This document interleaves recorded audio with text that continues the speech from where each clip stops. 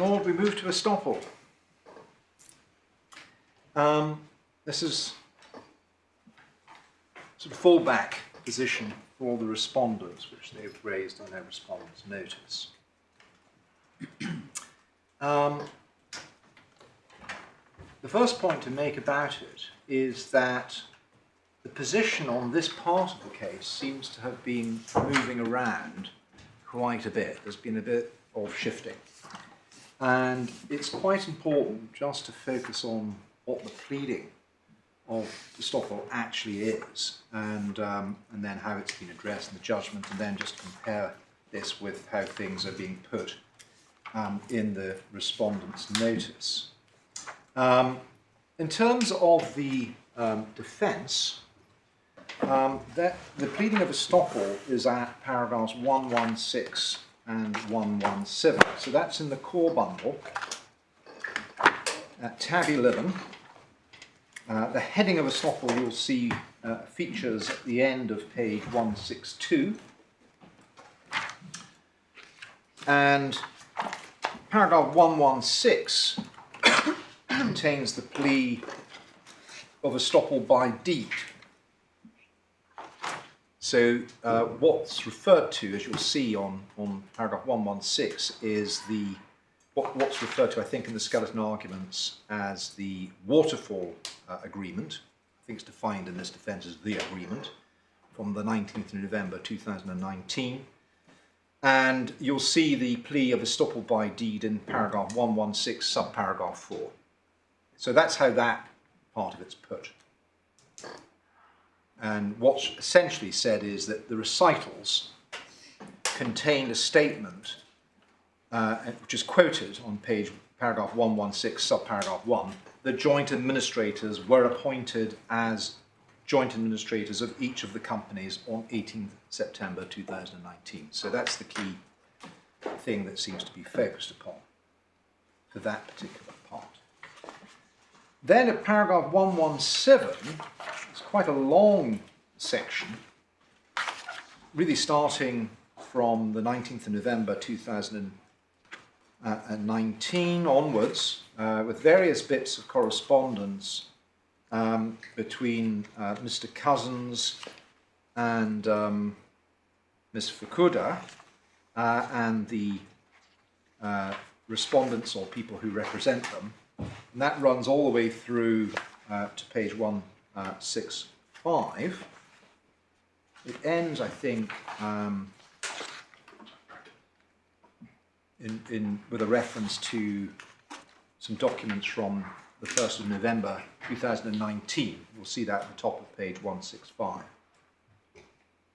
And then there's an assertion in subparagraph 6 on page 165 that the actions of Mr. Cousins and Ms. Fukuda and their knowledge is to be attributed to the appellants. There's not any explanation as to how that happens, but that's what they assert. And then this is all said to give rise to an express or implied representation on which the respondents rely to their detriment in carrying out work as administrators and failing to apply for directions. And it's then said to be unconscionable for the appellants to resile from those statements. And then at paragraph 9 on page 166. Yeah, it's not just representation, there's the alternative of shared a common assumption. Common assumption convention. So that's the sequence. So what it isn't is a reliance on any, well, it doesn't appear to be any reliance on the waterfall agreement for this. And importantly, in neither case, neither paragraph 116, where the estoppel by deed is pleaded, or in paragraph 117, where estoppel by representation or convention is pleaded, is there any reliance on letters to the court or letters annexed to the waterfall agreement.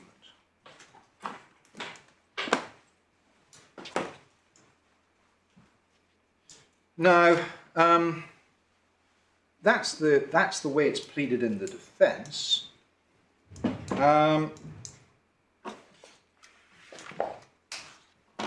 we then have the judgment, and if we go back to tab 8 for that, and the judge then deals with the issue of estoppel in tab 8, page 96. And the focus, as you'll see in the judgment, is on, firstly, the 19th of November waterfall agreement. He then also refers in paragraph 91 to letters for the purposes of an application to the court to approve the fees and remuneration of the administrators. That's paragraph 91. And then in paragraph, he then refers to, the judge refers to a hearing before ICC Judge Prentice. And then in paragraph 93, talks about estoppel raised by per rem judicata.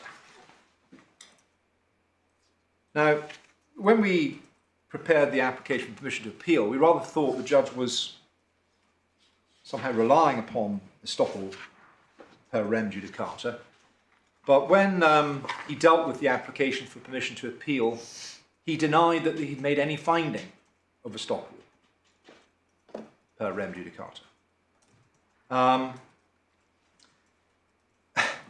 So it's a bit difficult to know exactly where this stands now, but insofar as it is in any way relied on, and it appears not to be now, it can't work because the companies weren't actually party to the proceedings before Judge Prentice in any event.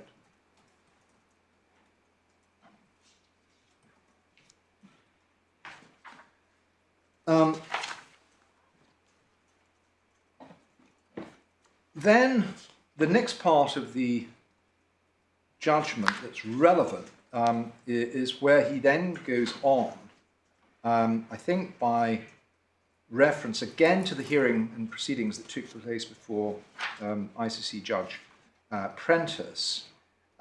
He then relies on a line of authority, beginning with a case called LA Micro Group, which you'll see referred to on page 97.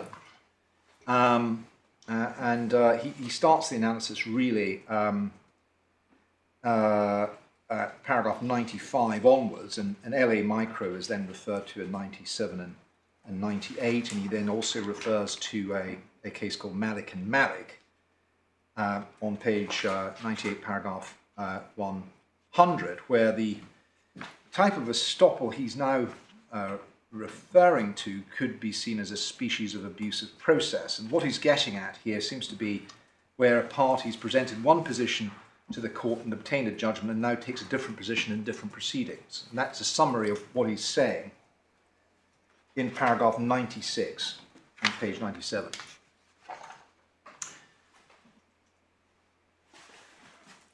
Now the problem with this is that none of this is actually pleaded. So it's just not easy to follow how he gets to this conclusion. Now in the respondent's notice, and I'm sorry to have to take you through all of this, but there is a lot of moving around going on, so we just need to be very focused on exactly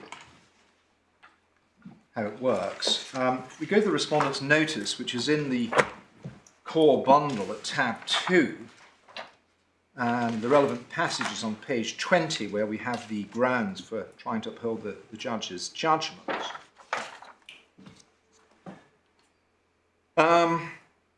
It's paragraphs 3, 4, and 5, and you'll see in paragraph 3 there's now reliance on the waterfall agreement and in letters to the court.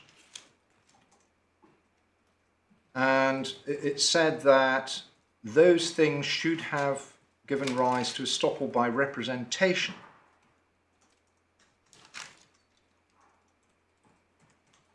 The problem is they're not pleaded in support of such a case. Sorry, just to be clear, the letters are not pleaded. Nor is the waterfall agreement pleaded in support. Nor is the waterfall agreement pleaded. It's only relied upon in support of estoppel by deed. Okay. The letters aren't pleaded at all.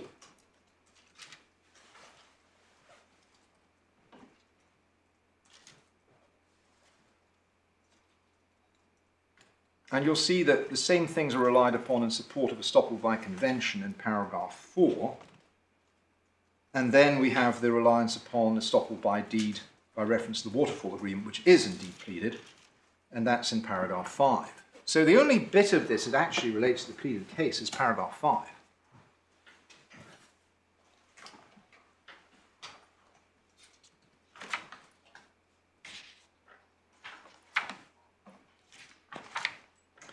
Now, can I address that first? Because that we accept we've got to deal with. The waterfall agreement is in the supplemental bundle, and it's at, I think, page 163, tab 43, I believe.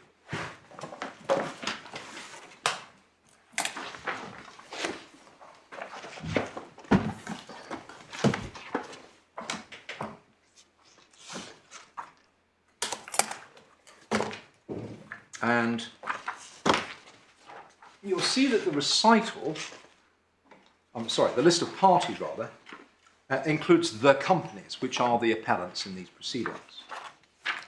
However, if we go to page 164, who, we ask ourselves, were acting for the companies? None other than Mr. Baker and Mr. Rowley, who are the administrators. And we see that they are the signatories to the document on behalf of the companies on page 176 and 177, top of the page. Now, if we just pause for a second and just work this one through. The estoppel argument is premised on the idea that the respondents have failed in showing that they were validly appointed. And they want to run an alternative case that, notwithstanding that, the appellants are stopped from contending that they were invalidly appointed. So the premise is they're invalidly appointed. The invalidly appointed, they could not have any authority to act on behalf of the appellants. And they have no authority to bind the appellants to this deed. With the consequence that the appellants cannot properly be treated as parties to this deed. If the appellants are not parties to the deed, they cannot on any view be estopped. So the argument logically cannot work.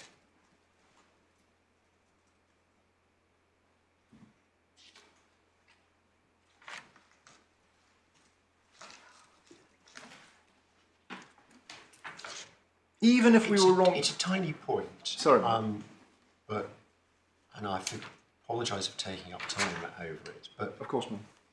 I'm in any event baffled by the drafting of this, because the parties are listed as the three appellant companies, defined as the companies, Yes. acting by the joint administrators, but then they're separately listed as parties again. Yes. What is that supposed to achieve? Not clear at all. But I don't think it changes the point I've made, which is that the only people representing them and signing on their behalf were the administrators.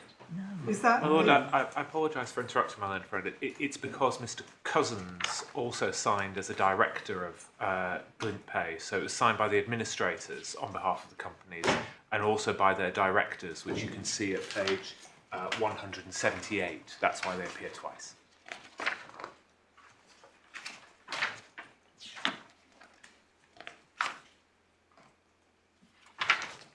In Glint Pay Ltd, I think you No, forgot. I'm sorry, yes, we do have them as signed by Mr. Cousins.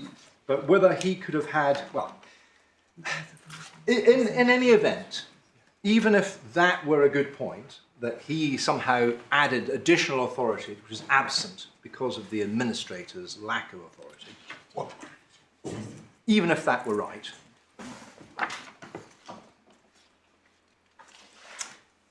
The argument still doesn't work, for the reasons I'm just going to elaborate on.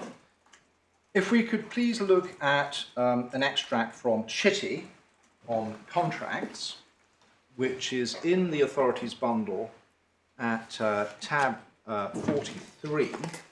I think this may have been added in to the bundle. I hope that it is there. And this is at page 1277. There's a heading, or should be a heading, estoppel and facts stated in the deed.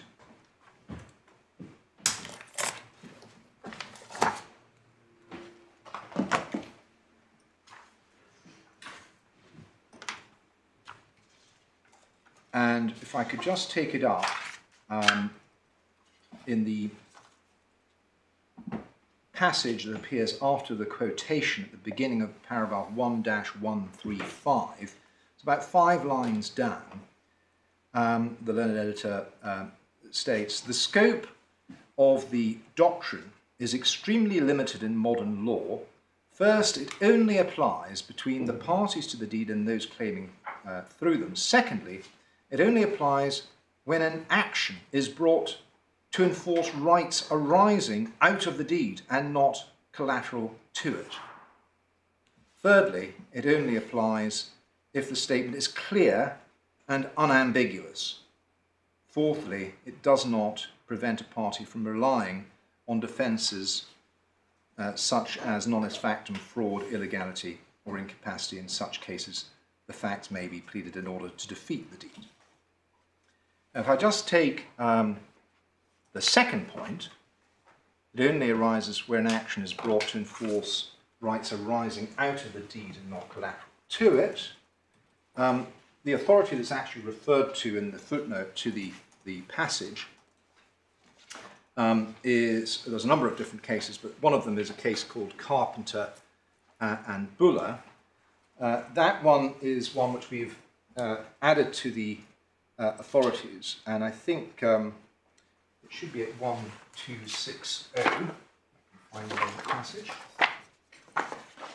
The passage is at 1260. Yes, sorry. The case begins at tab 41, page 1258. And the relevant passage, the relevant judgment really begins at 1260 and then concludes on 1261.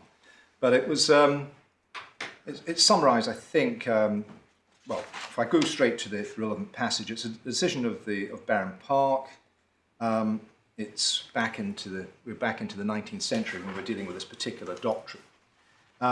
But at 1260, bottom of the page, you'll see in the judgment, about 3 lines down, the only question reserved consideration was whether my brother Coleridge was right in holding the recital in an indenture between the plaintiff and defendant had locus and quo was then the property of the defendant, stopped the plaintiff from saying in this action that it was not. We are all of opinion that the plaintiff was not stopped by that recital in the present suit, and that such recital was merely evidence. And he then goes on, if we go to page 1261, it's the 3rd paragraph. If a distinct statement of a particular fact is made in the recital of a bond or other instrument under seal, and a contract is made with reference to that recital, it is unquestionably true that as between the parties to that instrument and in an action upon it, it is not competent for the party bound to deny the recital, notwithstanding what Lord Coke says in the matter and recital in Coke Littleton.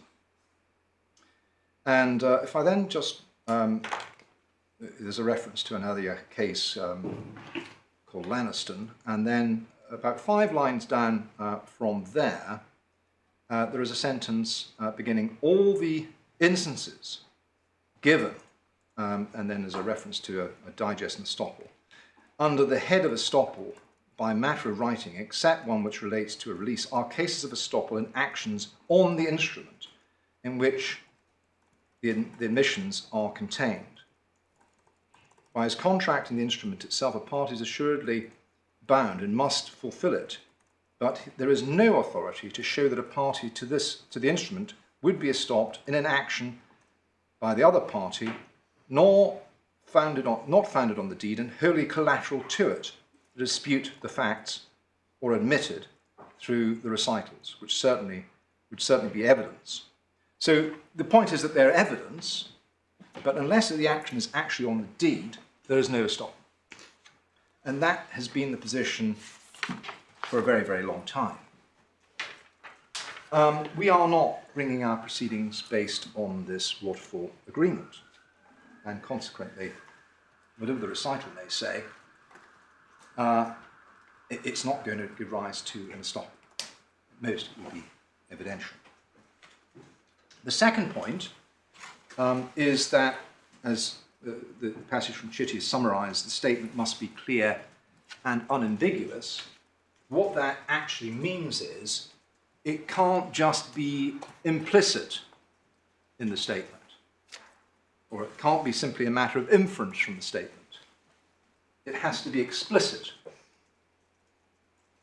And one sees that from another authority, which is again referred to in the Chitty passage as support for the propositions there set out. This is the case of Onward Building Society and Smithson, a decision of the Court of Appeal. And this was a case, I think, to do with a statement and a deed relating to land. If I could take it up from the judgment of Lord Justice Lindley, which the relevant passage in which is on page 1271, and it's the last paragraph on that page.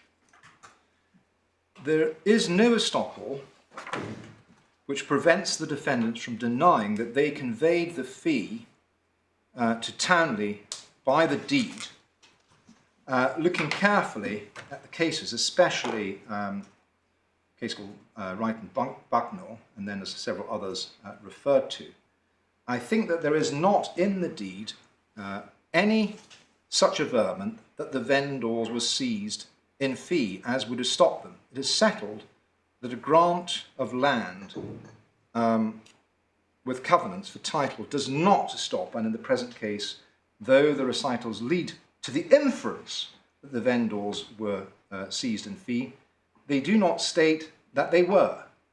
And then there's a reference to an earlier statement of the late Master of the Rolls, that it was not desirable to extend the doctrine by which was made to have the effect of truth, and I think it ought not to be extended by drawing inferences from language which is not clear. Estoppel is a rule of evidence which prevents a man from saying what is true. And here the plaintiffs took no legal estate by their mortgage. So in the absence of estoppel, they have nothing to which the covenant for title can attach. And there's a similar statement by Lord Justice Bowen. Perhaps I can invite your lordships just to read the opening paragraph of his judgment on page 1272, beginning "the defendants are sued," and ending with the words "and a statement which is not true" on page 1272.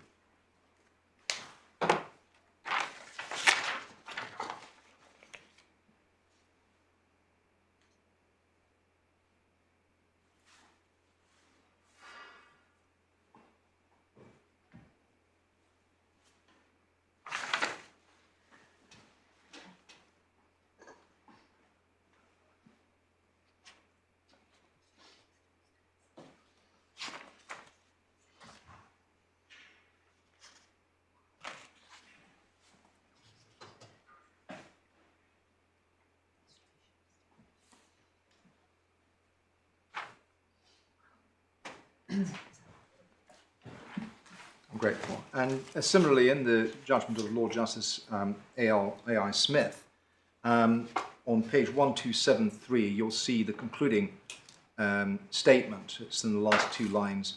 inference is not enough to create an estoppel. There must be a distinct positive statement of the fact which is relied on as creating it. If we go back to the waterfall agreement again and just look at the recital that's relied upon, that was in the supplementary bundle, tab 43, page 164. I think it's recital A.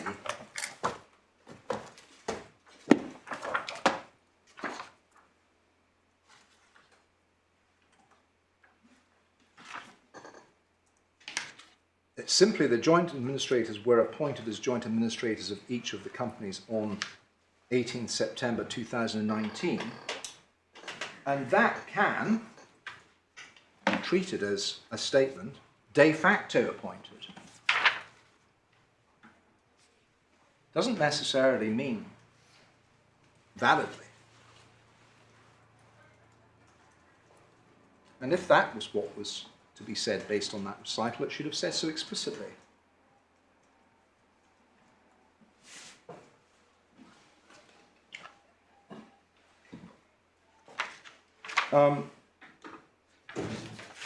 The respondents have relied upon another case called Bilson and Crofts, which I just address very quickly now. It's on this topic, which is in the authorities bundle, I think at tab 1.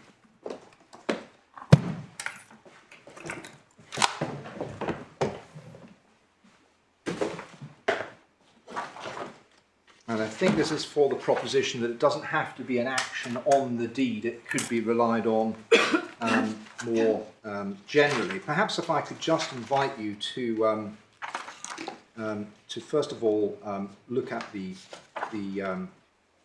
I think a passage that's been marked in green, which has been marked by the respondent side, so that's on page 4. Perhaps if I could just invite you to look at the passages that have got the green sidebar beside them, and then there's a very short judgment of Lord Romilly at the bottom of page 5.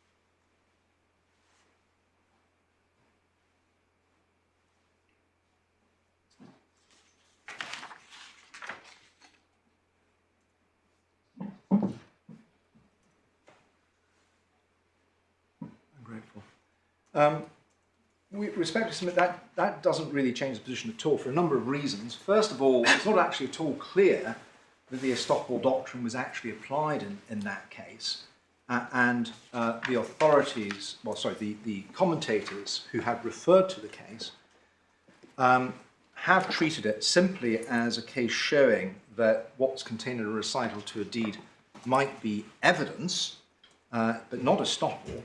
And an example of that is an extract from Benjamin on sale of goods, which we've included in the bundle at tab 44.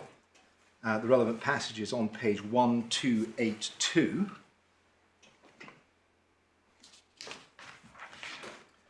And it's in the paragraph with the number 15-025.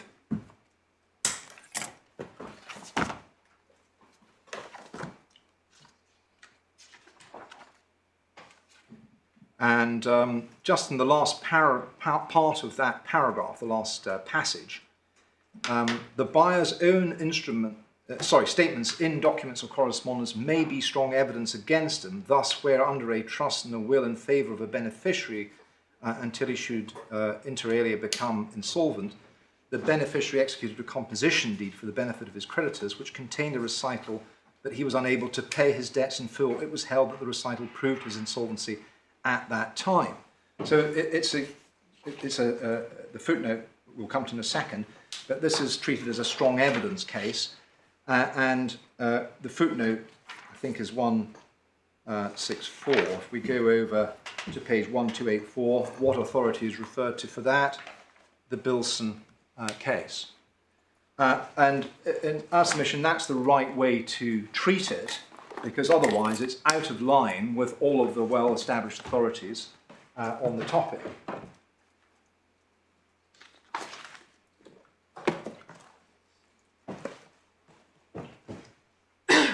So in our submission, the estoppel by deed case just simply doesn't get off the ground. It's not a doctrine that could apply in the context of the type of proceedings which we are bringing.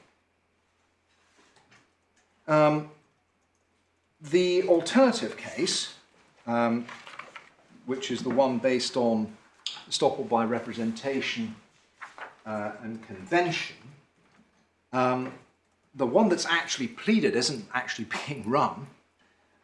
It's instead a case based on the waterfall agreement or deed and the letters attached to it, which I've already indicated isn't pleaded as part of a case of that kind. But just for the moment, assuming it was still all right to run that case, which we say it's not,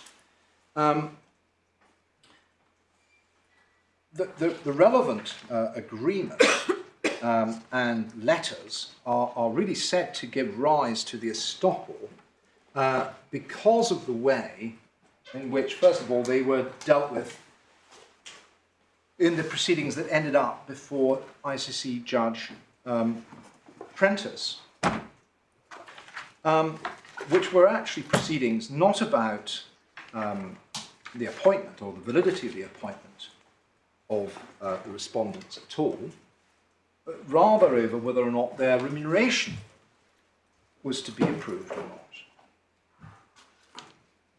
not. And as I've already indicated, in those proceedings, the companies actually weren't a party, they weren't seeking any form of relief, nor were they relying upon the waterfall agreement or the letters attached to it for the purpose of supporting any claim by them. And as far as the judge was concerned, that's I see Judge Prentice, as we'll see in a moment, nothing in the waterfall agreement or in the letters features in his judgment as something he relied upon for the purposes of arriving at his decision.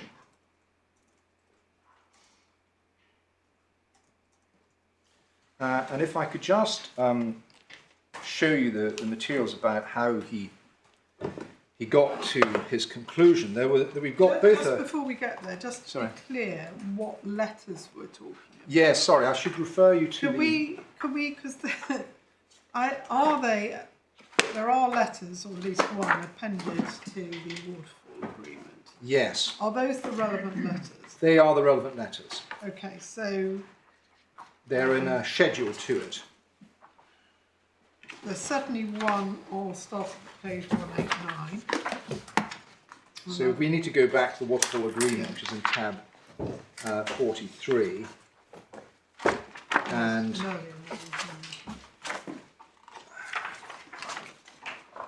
what we do get is a sequence of schedules and annexures.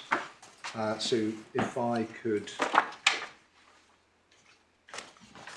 let me just find the one that's specifically for a company.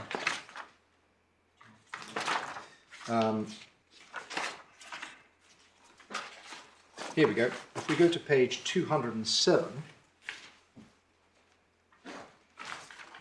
there is one of the letters. That's 207 to 208. So was that in a form appended to the waterfall agreement? That's right. Like That's the letters, I think, that are being referred to.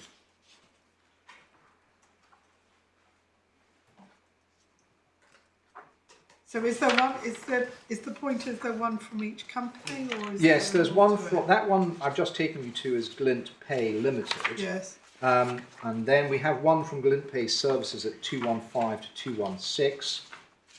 And I think there may be another one. But they're in the same form. They're in the same form. And they're all in the capacity as creditors of one of the other companies. That's, well, No, there's yes, others, aren't there? yes. There's shareholders as well. I think. shareholders and Yeah. creditors, yeah. Now, as I indicated, the companies themselves weren't applying for anything.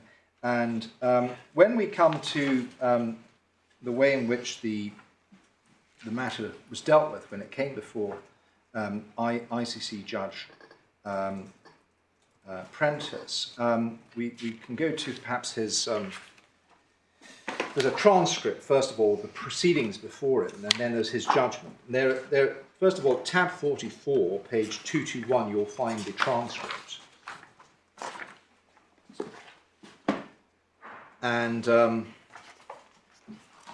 a very long hearing. What happens, or what seems to happen is, there is an application by a minority creditor, represented, Shareholder. oh, sorry, shareholder, quite right, shareholder, represented by Mr. Harford. The shareholder's name, I think, is Mr. Spooner, and he is applying for an adjournment because they wanted more time to be able to consider whether they could bring an application under an unfair prejudice type provision in the Insolvency Act. I think it's paragraph unfair harm provision. Sorry, 74. Paragraph 74 of the B1 of the Insolvency Act. So that's what takes up quite a bit of the hearing, really, from page 223. I suppose all the way through until page 228. And what's then said, when we get to the actual substance of the matter, and this occasion I think it's Mr. Watson who was appearing on behalf of the administrators. So page 229, he submits side letter A. And as you've also seen, the shareholder, the majority of the shareholders, and by far and away the majority of the creditors, including the only secure creditor, are content with the application. And then the judge says yes. So the starting point would be that we had been in administration a little longer. Had we been in administration a little longer, we would have been able to go down the route of a creditors committee or similar proceeding. Yes, and that would have succeeded. And we would have been forced into making this application because the company has exited too early, and there is, as I think you will have seen, very significant justification for the work done set out not only in Mr. Baker's witness statement but also in the schedules that have been exhibited. So essentially the main point being advanced was, well look, we just haven't had time to have a creditors committee set up because effectively the loan has been repaid too quickly and the company's been brought out of administration before any of that could have been done.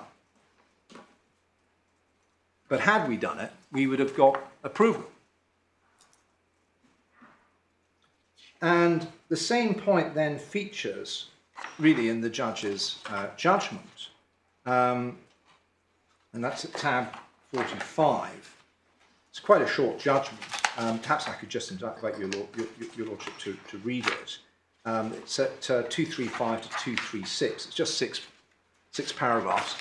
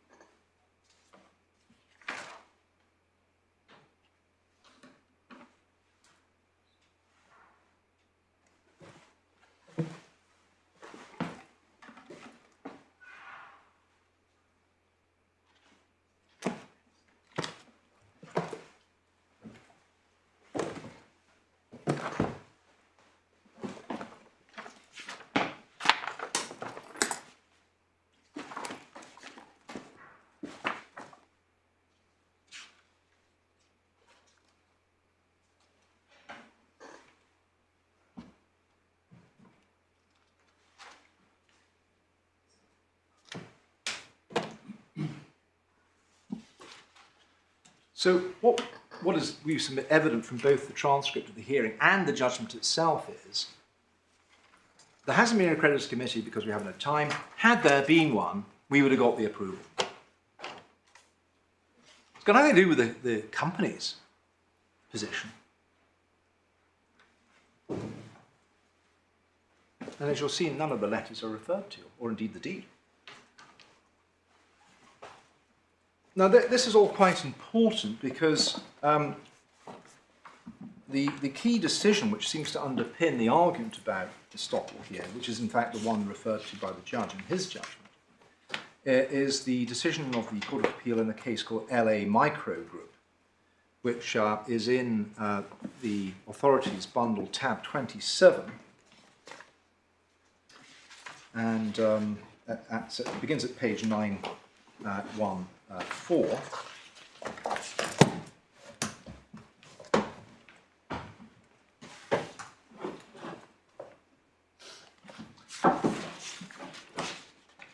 And the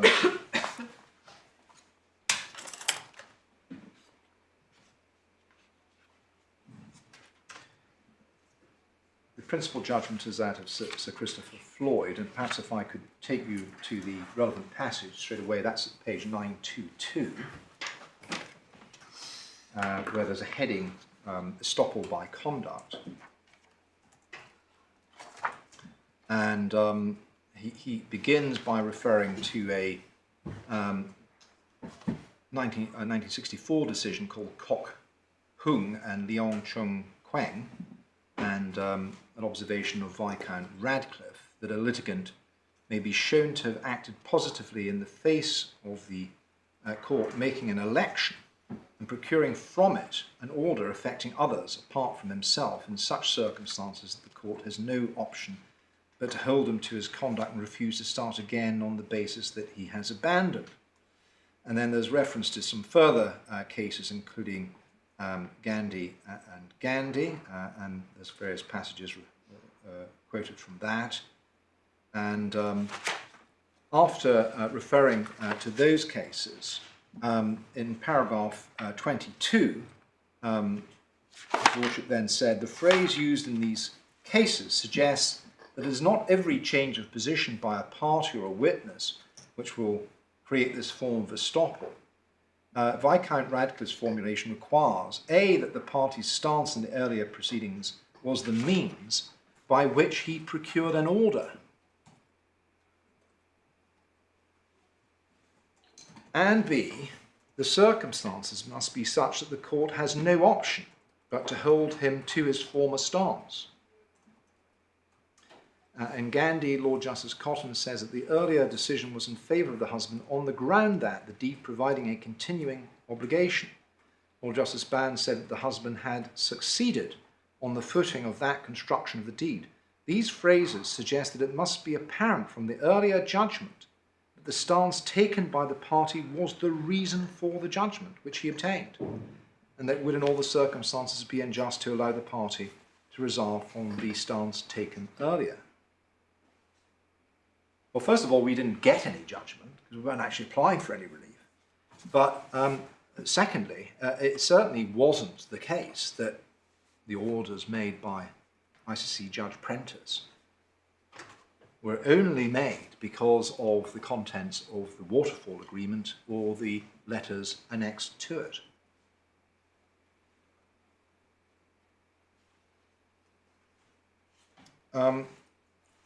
His Lordship then refers to another case of New Hampshire and Maine, which is a US decision. And then in paragraph 24, he then says, the purpose of the rule was said to be to protect the integrity of the judicial process by prohibiting parties from deliberately changing positions according to the exigencies of the moment and preventing parties from playing fast and loose with the court. Whilst observing that the equitable doctrine was not reducible to any general formulation of principle, Justice Ginsburg identified a number of factors which typically inform a court's decision as to whether to apply the doctrine in any individual case. First, a party's later position must be clearly inconsistent with its earlier position. So again, we get the clear statement type of requirement appearing here too. And then secondly, the court may inquire whether the party has succeeded in persuading a court to accept the party's earlier position so that judicial acceptance of an inconsistent position in later proceedings would create the perception that either the first or the second court was misled. And third, the court may ask whether the party seeking to assert an inconsistent position would derive an unfair advantage or impose an unfair detriment on the opposing party if not estopped. Well, we would respectfully submit we haven't actually got a clear inconsistency here anyway. No one in any of the documents we're looking at here has clearly stated that they accepted the validity of the appointment of the administrators. And secondly, it's not the case that the court was persuaded to do anything based on anything that the companies did. And it's interesting to see that in the case that was before the court, this LA Micro case, how the court actually approached the matter on the facts. On page 924, paragraph 29, the judge was unable to accept the submissions made that an estoppel was established. Mr. Bell and UK certainly took the position in the 2015 proceedings that Inc. was the beneficial owner of 51% of the shares under the agreement reached in 2004. That was all they needed to establish to defeat the claim that that agreement provided for personal interest for Mr. Frankel and Mr. Limper. The events of 2010 were not directly an issue in the 2015 proceedings, and Mr. Bell and UK did not have to establish anything about those events in order to succeed in those proceedings. Well, we would respectfully submit the application that took place before ICC Judge Prentice was not one in which involved debate about the validity of the appointment of the administrators, and it was not a case of the companies having to establish anything to the judge's satisfaction. It was an application which didn't involve them in any event. So we simply don't understand, don't accept that any estoppel of this kind, which is sort of estoppel by conduct or abuse of process, however one wants to phrase it, can be said to arise here. None of the requirements are properly made out.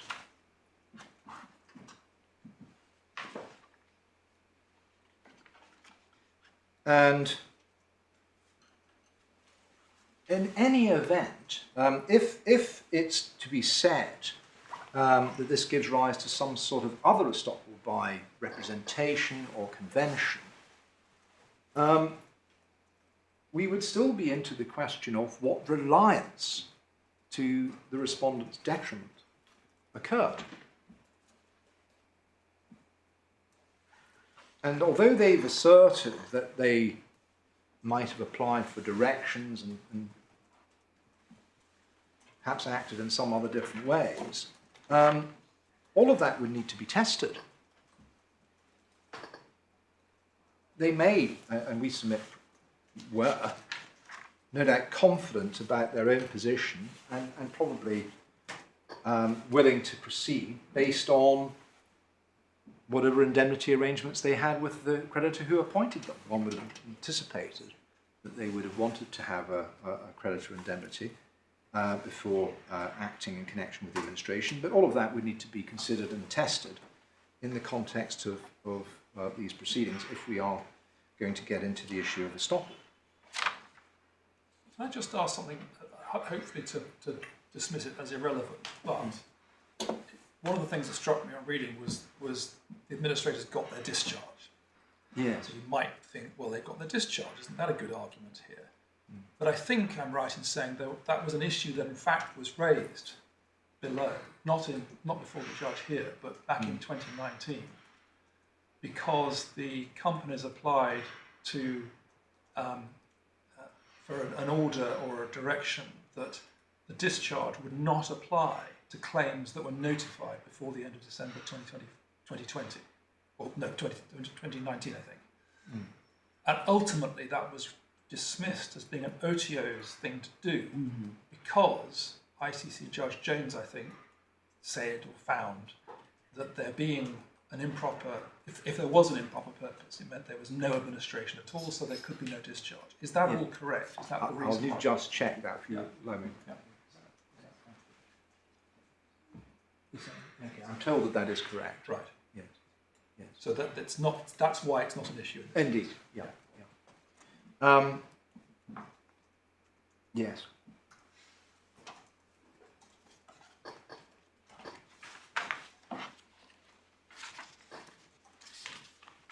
And at the moment, for the purpose of this appeal, as I've already indicated, the pleaded acts that are said to give rise to estoppel by representation and convention aren't actually relied on. It's the waterfall agreement and the letters, which aren't pleaded, which are relied upon. And for the reasons I've explained, they don't work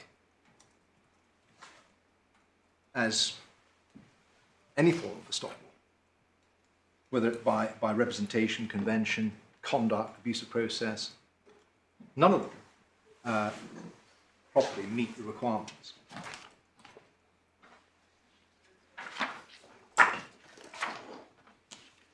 And I just emphasise that, of course, it's the company's position that 2 days after the administrators were appointed, a letter was written by solicitors, albeit on behalf of Mr. Cousins rather than the companies, because obviously the administrators were in pace, so the directors couldn't continue to act in their normal way.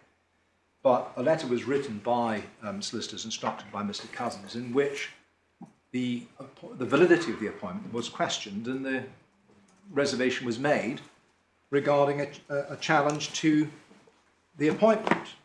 And Where do we find that's been added into the bundle, just so you have the reference to that. It's in now in the supplemental bundle, page 332, so if you write at the back, I think mine have 53, I think. So in the supplemental bundle. Supplemental bundle, yes, page 332. It's a letter dated the 20th of September 2019. And the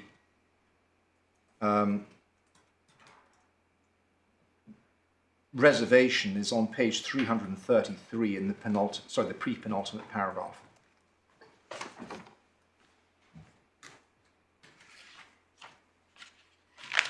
We reserve our client's rights in this regard, including as to whether an event of default pursuant to the qualifying floating charge has occurred and thereafter whether the appointment is valid. That was never withdrawn. So that was sent in September. I'm just trying to make sure I understand the timeline. 18th September is when the appointment occurred, so 2 days later.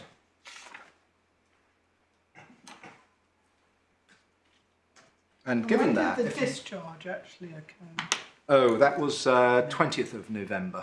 That's when the companies come out of... They came out the following day after the waterfall. Okay, so the 20th of November. Yes. And then you have the hearing before ICC Judge Prentice to deal with the remuneration in December. But if one wanted to clear the decks in terms of any possible challenge to validity of appointment, one would have had in something explicitly dealing with the letter which I've just shown, giving up any challenge to the validity of the appointment. What the administrators were really interested in was, we don't want to have any challenge to our remuneration application, and we want you to withdraw any attempt to challenge that. Your appointment is invalid. Well, I entirely accept, inferentially or implicitly, if you're not, if you're going to say, well, we're not challenging your fees, you might inferentially say, well, must mean you're not going to challenge the validity. But for the estoppel doctrine to work, whether it's by deed, by representation, or indeed in this context that we'll be looking at, you need a clear statement. It's not got to. It's not just an inferential one. But it is nonetheless the case, isn't it, that what ICC Judge Prentice did, he could not have done, certainly should not have done, if the administrators had not been validly appointed. That's if they hadn't been validly appointed, no, you shouldn't have awarded them remuneration. But he didn't have to, no one asked him to determine the validity. It wasn't an issue for him to resolve. Well, It didn't arise. yes, let's say it's effectively assumed, but you say that's not enough. That's not enough. And we say actually is really rather like the LA Micro situation for that reason. And as I submitted, if we are going to get into reliance and detriment, these are matters classically for that have to be tested at trial with disclosure and proper cross-examination of the administrators and what they actually were thinking and relying upon at the relevant times. Well,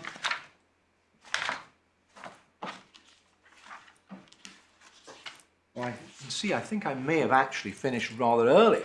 What I might do, with your Lordship's permission, is perhaps reserve some additional time to reply, but subject to any questions that your Lordship has on what I've covered already. Very good. Thank you. Yes, Mr.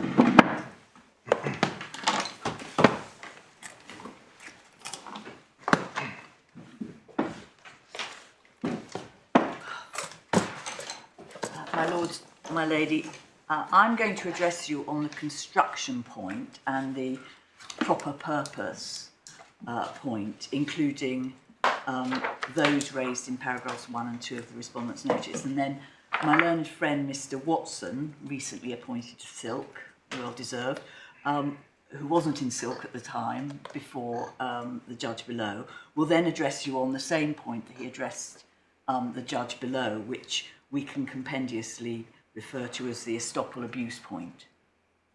Very good. So, dealing with the construction point first, there are 8 points that the respondents make in opposition to the claimant's appeal on the construction point.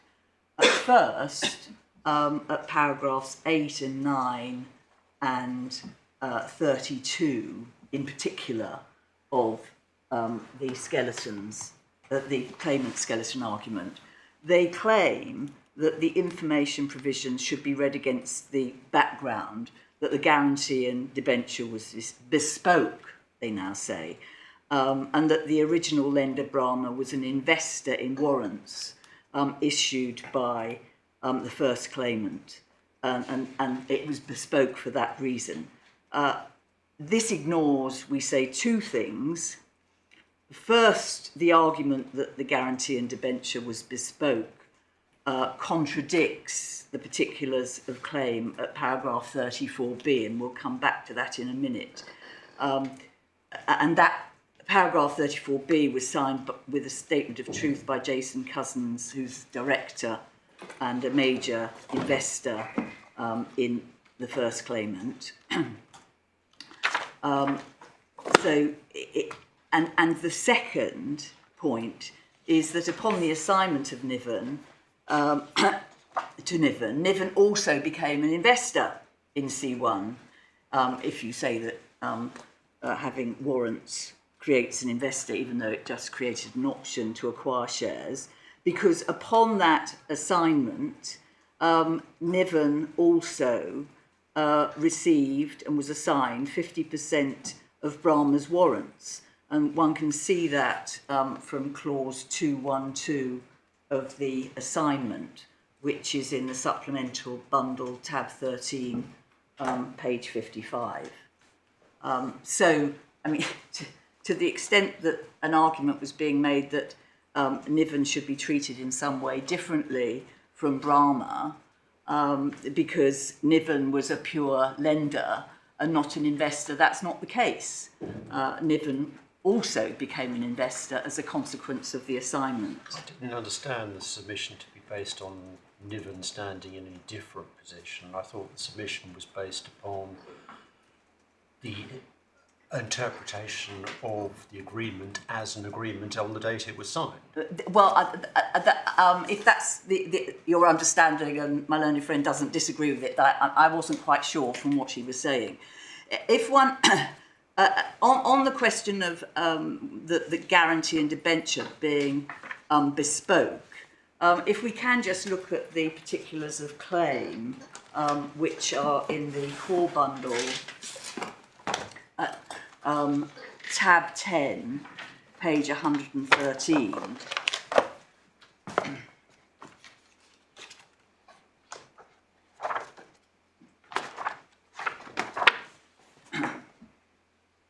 Actually, we can look at page 112. It's paragraph 34 that we should look at. Further, it's relevant to the construction of paragraph 111.1 of Schedule 3 to the guarantee and debenture that the background knowledge available or foreseeably available to the claimants and Brahma included the facts that the majority of the financing provided by Brahma, i.e. to borrowers other than claimants, was made in connection with the acquisition of real property and or in circumstances where security over real property was provided, and B, the templates for the facility agreement and the guarantee and debenture derived from drafts or previous agreements that Brahma or its owner had issued in connection with financing involving real property. Now, there was some debate among your lordships and my lady as to whether certainly the terminology used by Mr. Strong in his evidence was intended to suggest that there was an original template between Brahma and the company, well, the first claimant and the three claimants with the guarantee and the debenture, that effectively developed over time, and therefore that there was potentially relevant documents or relevant contextual documents that could be brought to bear on the question of construction. But it's quite clear from the particulars of claim signed by Mr. Cousins on behalf of the claimants that that's not the case, that what is being said is that the facility agreement and the guarantee debenture were derived from drafts or previous agreements that Brahma had entered into with prior borrowers. There's nothing to do with borrowing, any prior borrowing by the claimants from Brahma. And to the extent that there was a little bit of confusion by the judge in his judgment, that's at, we can just go and have a look at that quickly. That's at tab 8 of the core bundle, paragraph 43.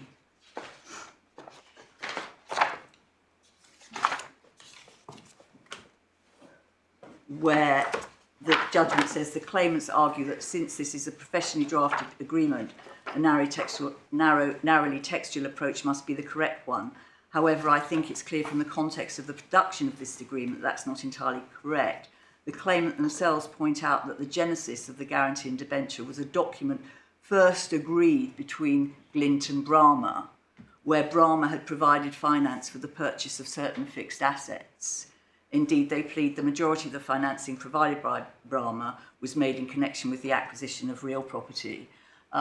With respect, I think the judge was wrong there, because that's not what paragraph 34 was saying of the particulars of claim, and it's actually not what Mr. Strong says, because he effectively recites what paragraph 34 of the particulars of claim pleads. So there's just one facility agreement, one guarantee and debenture, and it's not suggested otherwise.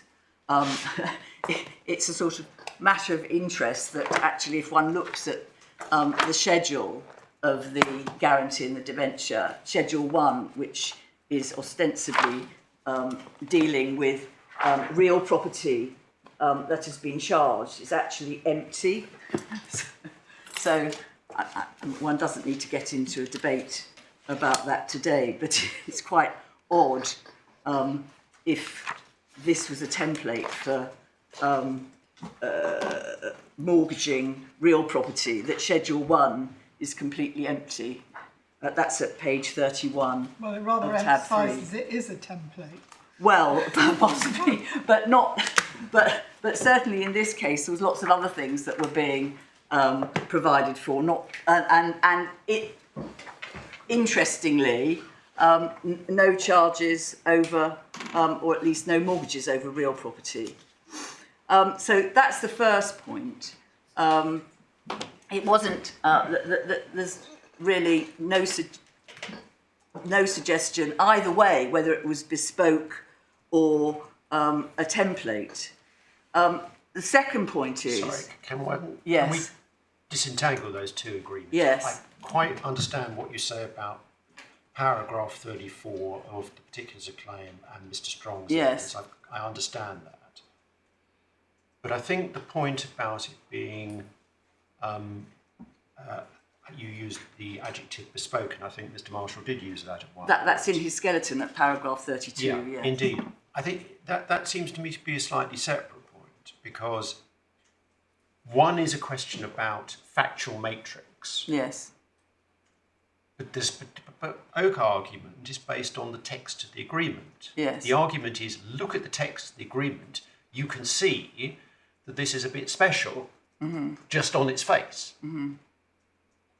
So that, I'm not sure. Independent arguments. I'm not sure what Mr. Marshall, whether he's saying it's bespoke or whether it's based on a template that had been used by Brahma in the past. He's saying both of them. Now, you might say that they're inconsistent. Yes, but that's what I am saying. I understand he's making both arguments. Yeah. But they're different arguments. One Yeah. is an argument about factual matrix.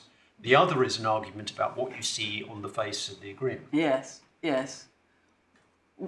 Well, the claim that it is a bespoke agreement is, I would suggest, simply an assertion. It's an allegation without any evidence to back it up. It is simply... Let's take, for example, clause 10, which is the paradigm example of the argument, which is the lender rights, gives the Yes. lender the right to attend all the board meetings. That's not unusual, my lord. That really isn't an unusual provision. If you've got if you have a substantial loan, particularly when it's a short-term loan in relation to a startup. I mean, I'm giving evidence now. What I'm saying is there is no evidence either way. I mean, I can give evidence, my learned friend can give evidence, but it's not in evidence. And therefore, there's no basis for this court or the court below, when the bespoke point was not made at all, there is no basis for this court to act on the basis that this was a bespoke document. There is no evidence either way as to that. It is simply an assertion by my learned friend for the first time, and it was not made below. The second point that I make is that clause 7 of the guarantee in the debenture, at page 6 of tab 3 of the supplementary bundle, expressly and relevantly provides that the three claimants will covenant with the lender that they will at all times and as applicable undertake such actions as are set out in Schedule 3. Now, clause 7 is not limited by reference to the actions relating to certain assets of the claimants, and there's no reason why any part of Schedule 3 should be limited to certain assets unless it's obvious, and obviously there are some paragraphs of Schedule 3 where it is obvious, unless it's obvious from the words in Schedule 3 and the paragraphs of Schedule 3 that the obligation is limited to certain assets. So there are paragraphs in Schedule 3 which refer to rents and leasing and tenancies, where there's no doubt that what the relevant paragraph is referring to is those particular assets. But I do say that where it's not obvious that there are specific assets being referred to, the right way to construe the paragraphs of Schedule 3 is to treat them as generic and applying to all assets, bearing in mind that all the assets of the companies are charged by the guarantee in the debenture, that they refer to all the assets without limitation. And in that regard, the information provisions at paragraph 111 of the Schedule 3 are generic. I mean, you've got firstly the paragraph 111.1. This is a supplementary bundle, tab 3, page 36, which provides that the obligors shall give the lender such information concerning the location, condition, use and operation of the secured assets as the lender may require. There is no limitation whatsoever as to what a specific secured assets. 111.2 permit any persons, the obligors are to permit any persons designated by the lender to enter onto its premises and inspect and examine any secured assets and the records relating to the secured asset. Again, there's no limitation. And similarly, 111.3, obviously the limitation is in relation to an action, claim, notice or demand, but it's in relation to all or any part of the secured asset. So it could be in relation to any secured asset where there is an action, claim, notice or demand. Isn't there an implicit limitation of 1.11.2 though, that it's only secured assets where, which you can inspect on entering the premises? Yes, you have to actually be, you're right. Yes, you have to actually enter on the, that would be the limitation there. So, and I should have said that if you have a paragraph of Schedule 3 where it's clear from the wording of the paragraph that it is limited to a specific category of assets, then there is no difficulty with that. But certainly 111.1 and 111.3 are generic. In the context of this company... well, can I ask you this question? Yes. In 1.11.1, do you submit that the word "and" is disjunctive? Sorry. And let me explain what I mean by that.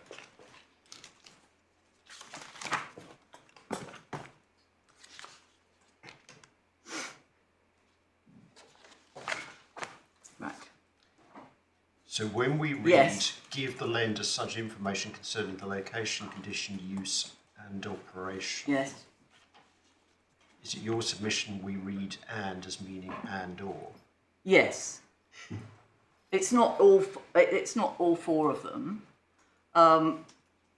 In other words, it's not a basis for saying, oh well, because the condition, for example, because it might be possible only to describe the condition of cash, a cash balance, and not, it's not so easy, and possibly its location, but it's not so easy to actually provide information concerning the current use. So your argument is that when we read this, we don't understand that this is referring to secured assets which have all four qualities. Yes. That is to say, location, condition, usability, and operability. No, because any one of those will suffice. Yes.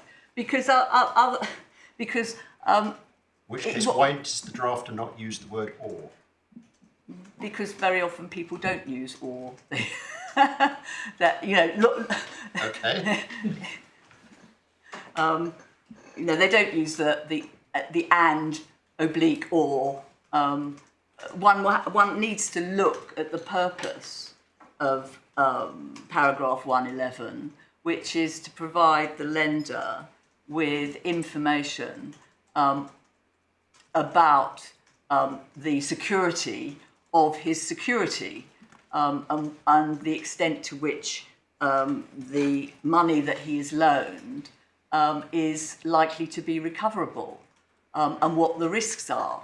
And so to be pedantic and say, oh well, in relation to any particular secured asset, the borrower only has to supply information if in relation to any secured asset it has a location, a condition, a use and operation, all four, is, Okay, I so- suggest, unduly pedantic. That I understand, but can I ask you the last question?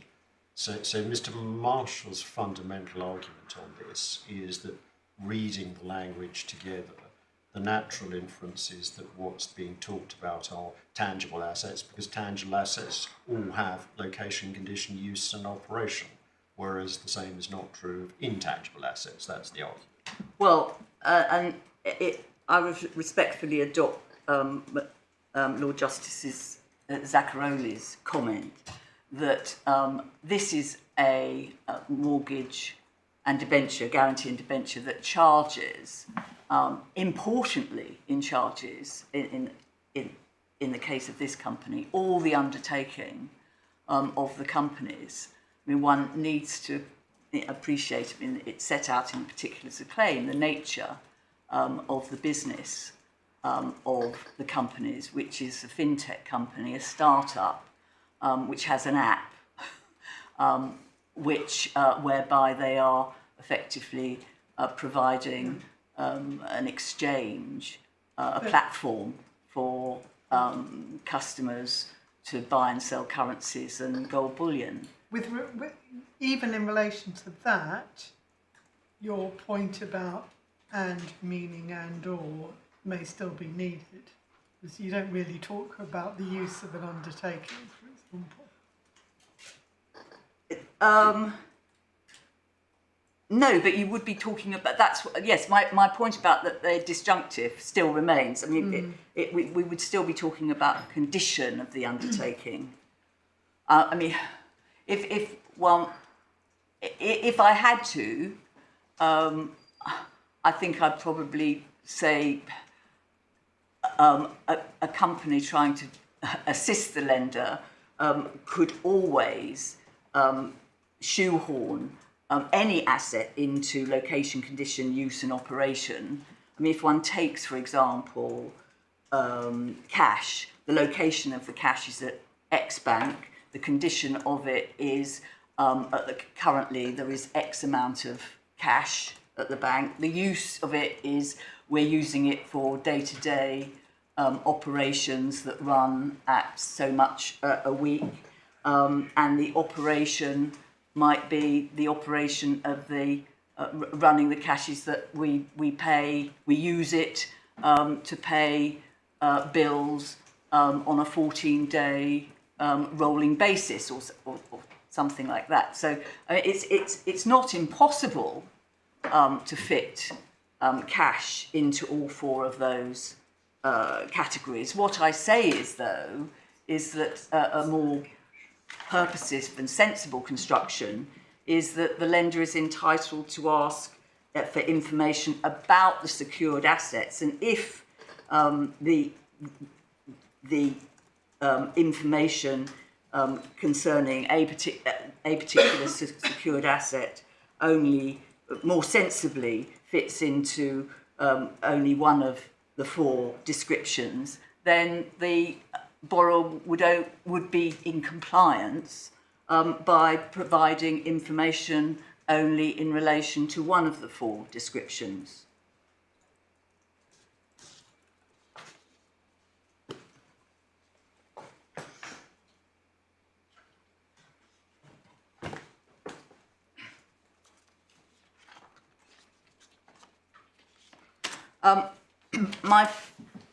My fourth point is that although Sorry, which was number 3? I've got 2. oh, so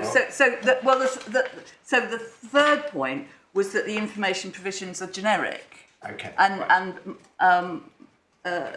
my Lord Zacaroli pointed out that actually 111.2 isn't so generic, and I'm happy to accept that. But certainly 111.1 is generic.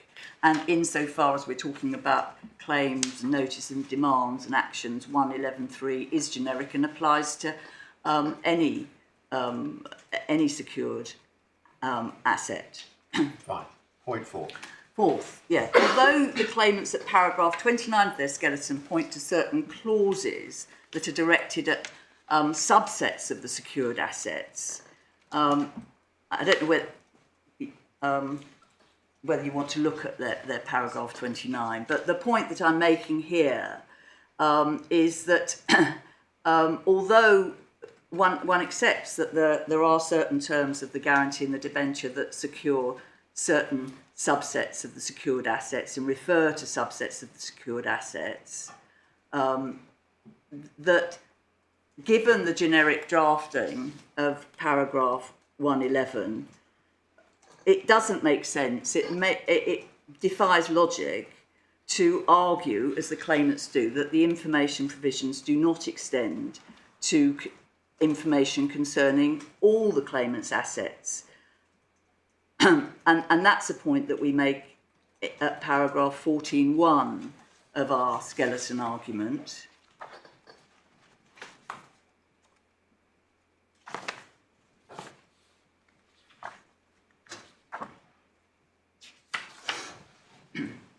Where we say that the clear and unambiguous terms of paragraph 111.1 applied to information concerning the location, condition, use and operation of the secured assets without qualification.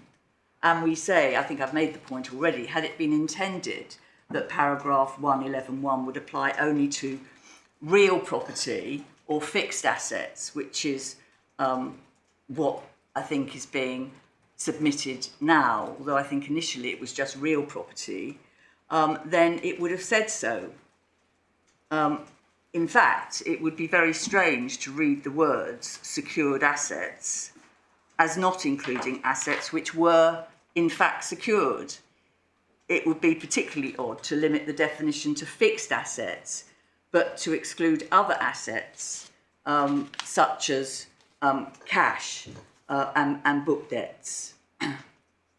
Now, my fifth point is the claimants at paragraph 30 of their skeleton seek to support their interpretation that the information's provisions should be limited to real property, fixtures and fittings and plant and machinery on the basis of their submissions at paragraph 29 and the examples, a number of examples that they give in paragraph 29, where the guarantee and debenture only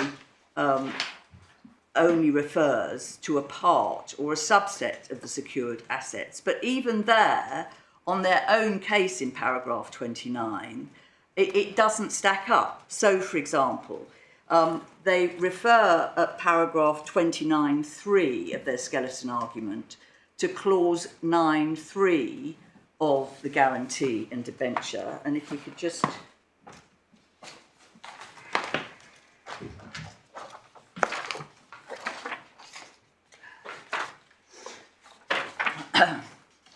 which provides that neither the lender, this is at page 22 of tab 3 of the supplementary bundle, neither the lender, any receiver nor any administrator shall be liable by reason of entering into possession of a secured asset or for any other reason to account as mortgagee in possession in respect of any of the secured assets. Well, one can accept that entering in possession there is referring to entering into possession of a secured asset which is real property. But then the rest of 9.3 goes on, nor shall any of them be liable for any loss on realisation of or for any act, omission or default of any nature in connection with all or any of the secured assets for which a mortgagee in possession might be liable as such.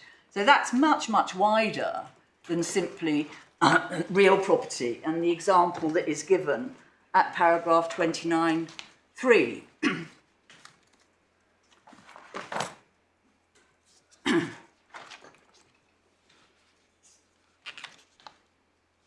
Another example that they give is at paragraph 29.4 of their skeleton, and it relates to paragraph 1.2 subparagraph C of the provisions in Schedule 3.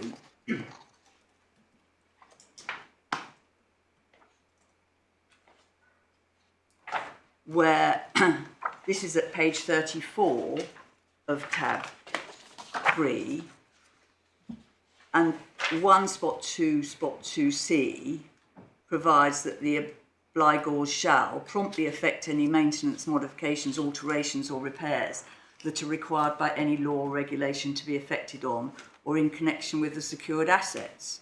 But their emphasis on this paragraph or subparagraph ignores the two previous paragraphs, which are, again, generic. They're not restricted to secured assets that might be regarded as fixed charge assets.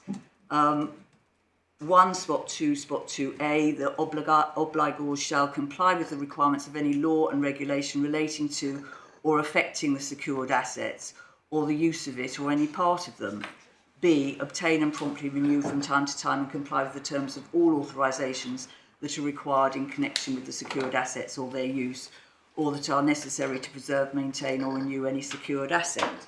So, and that could be any authorisation or any regulation relating to secured assets. I mean, in particular, in this case, Glint was a fintech company. Certainly C2 was authorised by the FCA, and therefore, when one's referring to renewing and complying with terms of authorisations, that's got nothing to do with a fixed charge asset as such.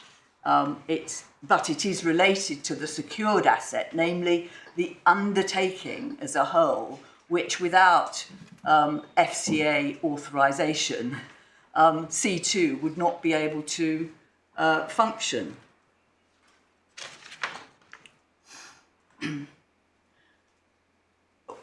What we say is that the provisions relied on by the claimants at paragraph 29 of their skeleton, what they demonstrate is that where the guarantee and debenture wants to impose requirements with regard to specific assets, it does so in a way that the reader immediately knows what specific assets are being referred to: real property, leases, rents, fixtures and fittings, or cash, book debts, or the general undertaking the entirety of the business of the claimants. But where the guarantee and debenture wants to impose requirements with regard to all the secured assets without being specific, because it's impossible, as the judge said in his judgment, to be specific about everything, then there is no qualification. And that's exactly the import of the information provisions at paragraph 111.1, which are not qualified or limited to any particular asset. And my sixth point I've already addressed you on, which is a point raised by Lord Justice Arnold, which the claimants made in their skeleton argument about whether an information request has to be in relation to a secured asset which has all four attributes identified in 111.1. My learned friend didn't actually expressly address you on that point, although it was in their skeleton. No doubt he will respond in reply if he's got anything more to add. The seventh point is the claimant's pleaded case that their construction is consistent with business common sense. And we point out at paragraph 14.5 of our skeleton that actually the claimant's pleaded case is entirely inconsistent with any common sense. The purpose of paragraph 111.1 is to provide the means by which information could be acquired by the lender as to the value of the security and the ultimate recoverability of the sums it's advanced. It makes no sense for paragraph 111.1 to be limited to a subset of secured assets, particularly in circumstances where that subset, where the lender may have no concerns about that particular subset of assets. In this case, the lender obviously was concerned, and unsurprisingly, given the nature of this company, that the companies were getting through cash at a rapid rate and might well run out of cash. So it was in this context, we say that the judge rightly observed at paragraph 45 of his judgment that the claimant's argument was contrary to ordinary commercial practice. And then my 8th point is that the claimant's argument that the judge improperly excluded contextual material as an aid to construction is, we say, untenable. And that we make clear at paragraph 17 of our skeleton. Apart from the cherry tree investment point, which we accept that there may be circumstances in relation to commercial agreements that are publicly available, that have been assigned, where contextual material could be, or background facts could be material. What we say is that in cases where they're commercial documents, they're publicly registered, and where they're assignable, there is less scope for the incorporation of background factual information. And the cases make clear that it really does depend on the type of agreement, the extent to which the court will take account of factual, contextual material between the parties. But the main point, I mean, really, the case is on the extent to which the courts will look at background material where it is a document that has been publicly filed and assigned, are really irrelevant in this case, because the point that we make in our skeleton, and has already been observed by Lord Justice Arnold, is that if the claimants are to succeed in showing that the factual background is relevant so as to justify proceeding to trial, they have to identify with precision that the facts which they say not only inform the construction of paragraph 111.1, but also lead to a departure from the clear wording of paragraph 111.1, which, and so be able to say that they lead to a conclusion that paragraph 111.1 does not apply to all secured assets, and in particular doesn't apply to cash. Now, if such background material existed, the claimants must, as a matter of necessity, know of it, because they were one of the original parties to the guarantee and debenture, and they can't now, and it's not open to them now to come to court and say, oh, well, if we have a trial, then that background material would be available. The time to bring to court that background material of which they are cognizant was on the application before the learned judge below. The only facts in evidence before the judge were the two matters which were identified in paragraphs 34A and B of the particulars of claim. And they were, we've already looked at them, the majority of the financing provided by Brahma was in connection with real property, and the templates for the facility agreement and the guarantee and debenture were derived from drafts or previous agreements that Brahma or its owner had used in connection with financing involving real property. And neither of that factual background, even if accurate, has any bearing and can have any bearing. And my learned friend didn't seek to persuade you that it had any bearing on the construction of paragraph 111(1).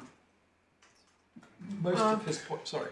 Yes, I'm not sure I understood his submissions in that way. I thought he said he was in effect saying they do have a bearing because they support the claimant's argument. He says that 1.11.1 was drafted with fixed assets, indeed specifically real property in mind. Well, real property only, not fixed charge Real assets. property in mind. Yeah, I mean, my learned friend now says, oh no, it's not just real property, it's real property and fixed charge assets, which is different. I mean, if one looks at the list of fixed charge assets in clause 3 of the guarantee and debenture, they are much, much broader, as one would expect in a commercially drafted guarantee and debenture. They're much, much wider than real property.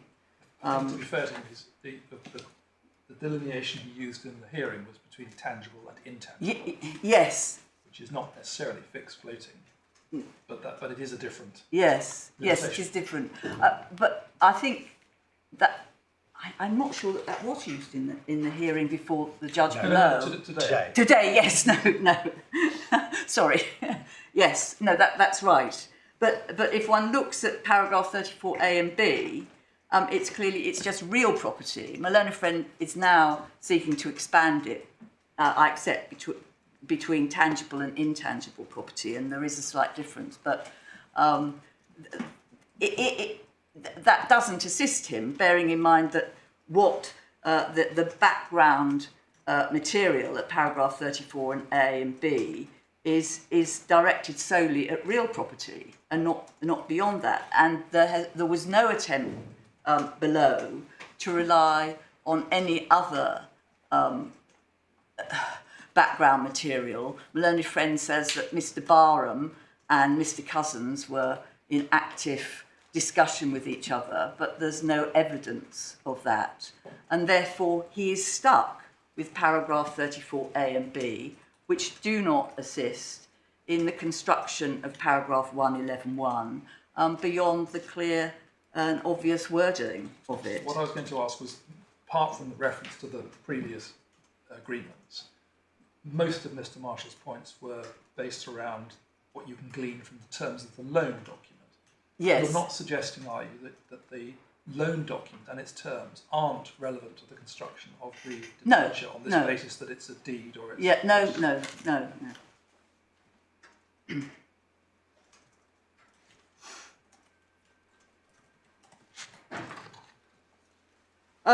So those are my broad arguments on construction, but I want to specifically drill down now in relation to the specific requests that were made and the submission that they were not within the ambit of paragraph 111(1). Obviously, what I say is that that argument is not tenable for all the, if you like, general reasons that I've advanced, and that the judge was right so to find. But as to the specific requests themselves, we've looked at the email from Niven dated the 15th of July 2019, which was at tab 14 of the supplementary bundle. And Niven made a request for, among other things, the cash balances for the claimants at the end of each calendar month since the entering into the facility.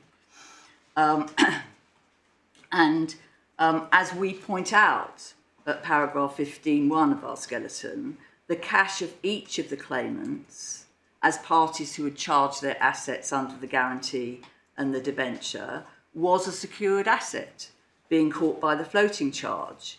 And so the information sought as to the claimants' cash balances concerned at least their condition and probably their use, and if one wanted to be, specific, their location. Where's the cash kept? Is it kept onshore or offshore? This was Sorry, but where was that requested? All that was requested was the balance. There was no request for location. Well, I think it would be difficult not to show where the balances were kept. But yes, I mean, if it was all that was requested was was the balance, then that was the only information I suppose they could resist providing information about where it was kept. But certainly the cash balance would be What's that? within Condition? the description of the condition, yes.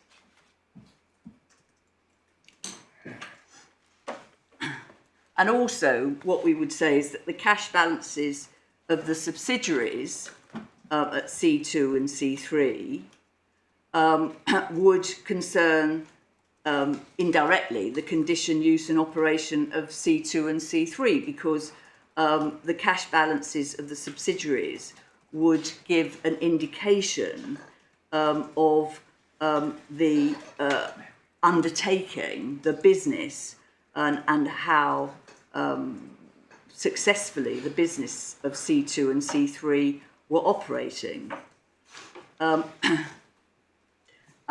I think this point was pointed out, and it's a document that you haven't been taken to, by Niven in their follow-up email of the 29th of July, which is at tab 17, where he says, I note your refusal to respond to our information requests. Just to put this into context, if one looks at tab 16, where Jason Cousins says, responds to Niven and says, we've now had a chance to consider your requests. In respect of items 1 to 4, we do not consider the company to be under any obligation to provide this information. And in respect of item 5, there's no current relevant information to be provided pursuant to clause 1 to 4 and clause 111 of schedule 3 of the debenture, save that we're currently moving the company's offices from the T building to new premises. And as such, relevant assets of the company will also be removed.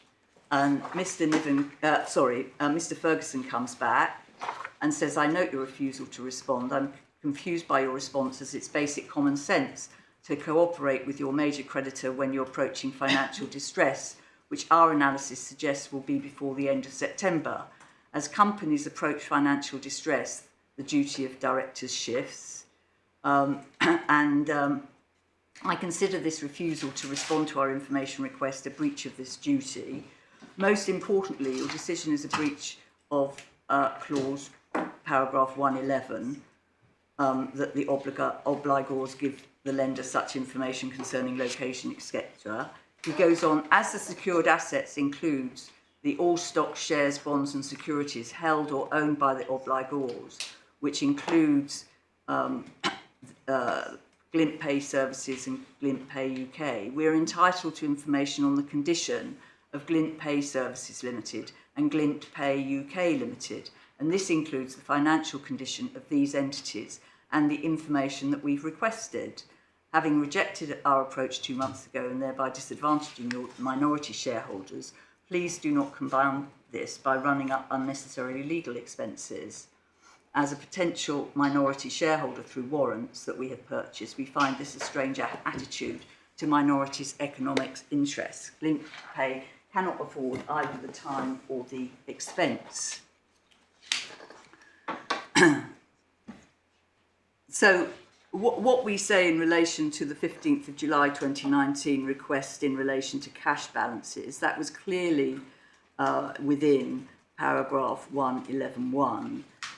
Included in the same request was a perfectly reasonable request for a list of all trade and other creditors of the claimants as at the end of each calendar month since entering into the facility. Why the assets at all? Well, the information sought concerned the location, condition, use and operation of the secured assets, i.e. the assets that were secured by clause 3, including the business of the 3 companies, in that the amount of trade creditors and whether or not they were being paid on time impacted the condition of the secured assets, because if debts were not being paid on time, it obviously undermined the security of the security. most, or at least, they would be at potential risk of seizure if the debts were not being paid So on that time. seems to be a submission to the effect that one interprets clause 1.11.1 as an obligation to supply information about all liabilities. What? Yes, because they would concern, because that's the word used, because they would concern the location, condition, use and operation of the secured assets. And that request from a substantial lender is, I would suggest, not surprising, particularly a substantial lender over a very short period of time. The lender wants to know that the companies are being operated properly, and that there isn't a huge... Seems quite strange as a drafting technique. If you're wanting to get information about liabilities, you provide an obligation to supply information about assets. Concerning the secured assets. Okay.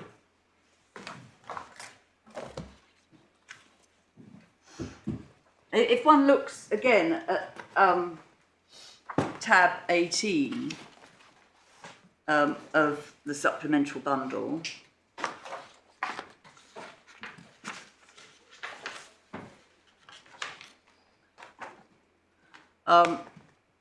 Mr. Ferguson is referring back to his email that I just took you to on the 29th of July, where he says,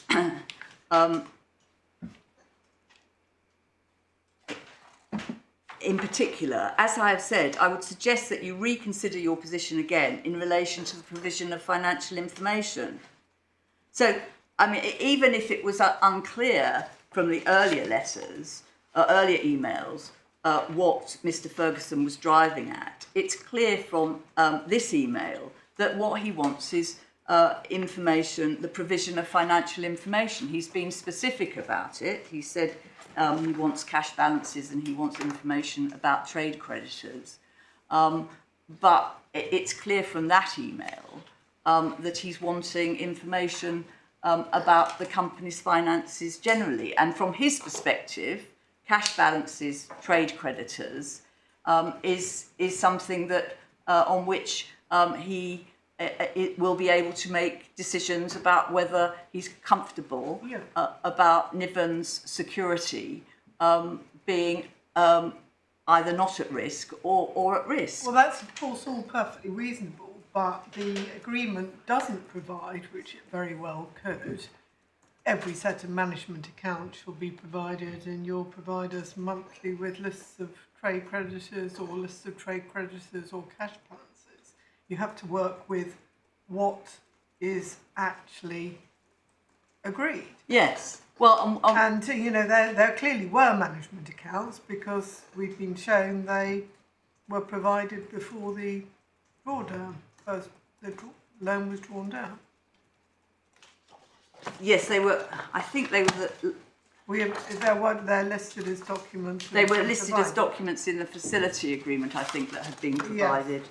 I just want to remind myself whether it may well be that the warrant is extended to that. I'm not sure how clear that is. I just wanted to. Yeah, that's clause 3.1, page 13 of tab 2. A copy of the borrower's latest management accounts. What's not clear here is whether the latest management accounts were monthly accounts or 6 monthly accounts. It doesn't say. So the guarantee and debenture could have said that, but what I say is that paragraph 1.11.1 was a generic provision that permitted the lender to make generalised requests as long as they concerned the secured assets, cash balances and trade creditors and other liabilities. do concern or did concern the secured assets. But presumably you would say management accounts also would. Yes, they would. Yes, they Because would. the undertaking includes, well, sorry, if the assets include, the undertaking as a whole, i.e. business and assets, goodwill, separate charge, but it's all that, you've got a going concern business, the lender would be interested in that, but also you have the undertaking in the subsidiary. Yes. So you could sell, I mean, any secured lender would be interested in the value of the share of the subsidiary. Yes. And therefore would like to know what its condition is. Yeah. the condition of its business is. Which is what Mr. Ferguson was asking about in the later emails. I mean, I suppose one could say, in retrospect, the requests could have been more specific, but the requests were made. It's quite clear that from the requests that what he's asking about is financial information about these companies. I've made my submission that cash and trade creditors concern secured assets. Yes, they could have expanded their requests to make them much broader and ask for all manner of financial information. Then we might get on to the question of whether the lender was seeking to vex maliciously the companies by making unreasonable and untenable requests. These were very targeted, reasonable requests that the company simply refused to answer. And in my submission, they came well within clause paragraph 111.1, and the failure of the companies to respond to those requests was a breach of the guarantee and the debenture.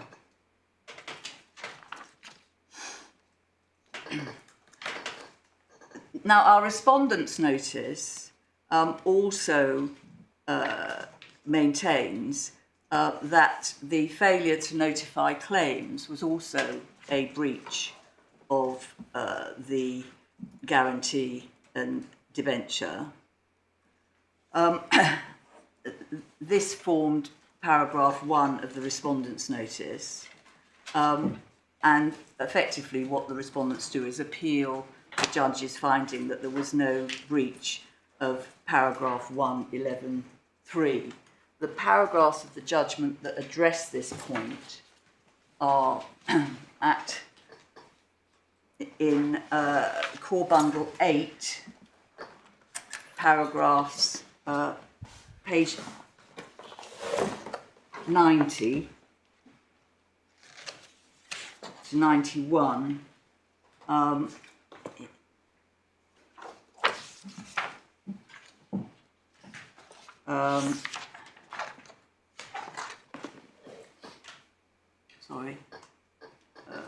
Starting at paragraph 58.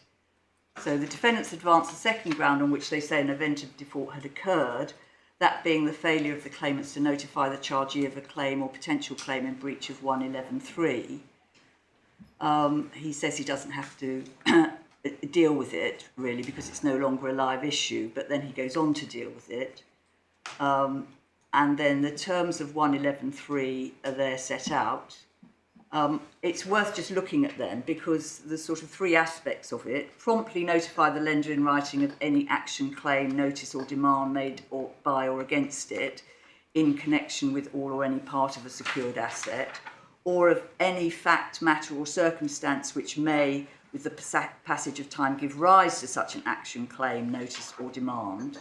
So promptly notify of any action, or or notify of any fact, matter or circumstances which may, so that's the second part, together with in each case the obligor's proposals for settling, liquidating, compounding or contesting any such action, claim, notice or demand, which is the third part.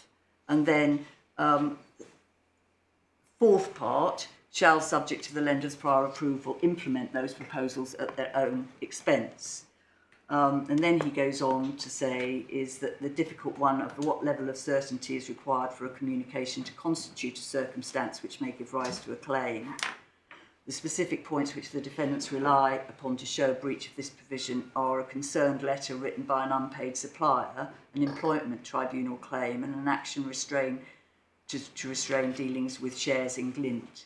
What we rely on is the letter written by the unpaid supplier, AIM, and the employment tribunal claim. We don't push the action to restrain dealings with shares in Glint.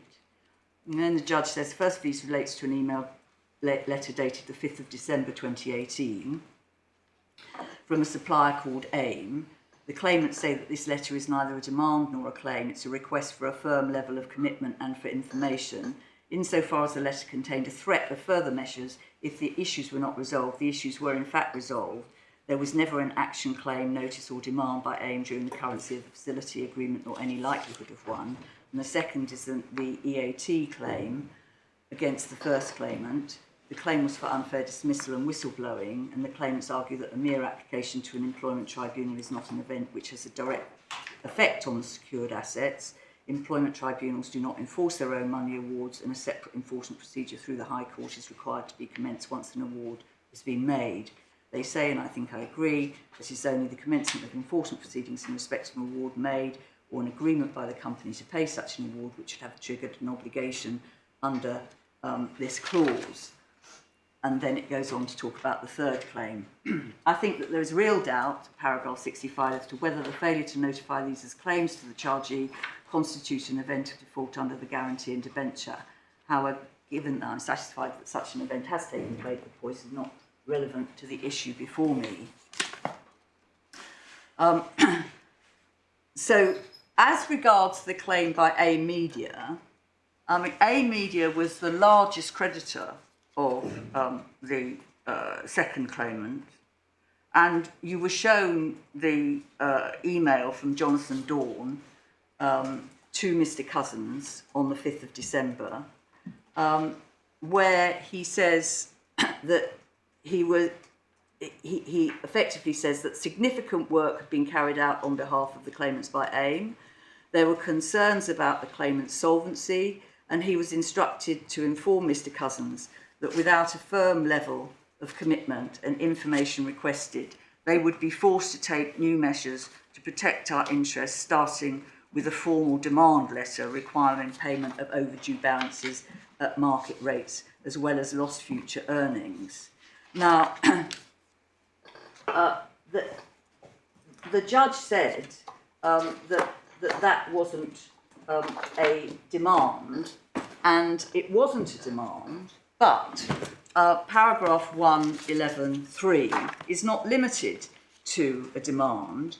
It requires the borrowers promptly to notify the lenders in writing of any action, claim, notice or demand made against it in connection with all or any part of a secured asset, or of any fact or matter or circumstance which may, with the passage of time, give rise to such an action, claim, notice or demand. What we say is, first of all, that notice in December was a notice. It was a notice in connection with all or any part of a secured asset, namely a notice in relation to the undertaking of C2. But even if that's wrong, then what the company C2 should have done is provided notification to the lender in writing of any fact, matter or circumstance which may, with the passage of time, give rise to such an action. And clearly the letter which referred to making a demand was a fact, matter or circumstance which may, with the passage of time, give rise to a demand. That's exactly what the 5th of December letter was referring to. Now, my learned friend says, well, that was before the document, the guarantee and debenture, was entered into. First of all, the guarantee and debenture is not limited in time, and if there had been no... You say the obligation extends infinitely backwards in time? Well, I think it does if it's something that is going to be current going forward. But I also want to draw your attention to, just bear with me a moment, to clause 6.2.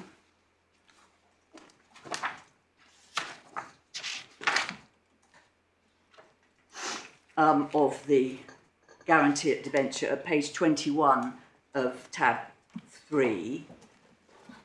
The representations and warranties set out in Schedule 2 are made by the obligors on the date of this deed, and the representations at paragraphs 1.2 to 1.6 inclusive are deemed to be repeated on each day of the security period with reference to the facts and I haven't got the page yet. Sorry, it's page 21. Thank you. Those are the warranties, though. Well, and then if one moves forward to Schedule 2,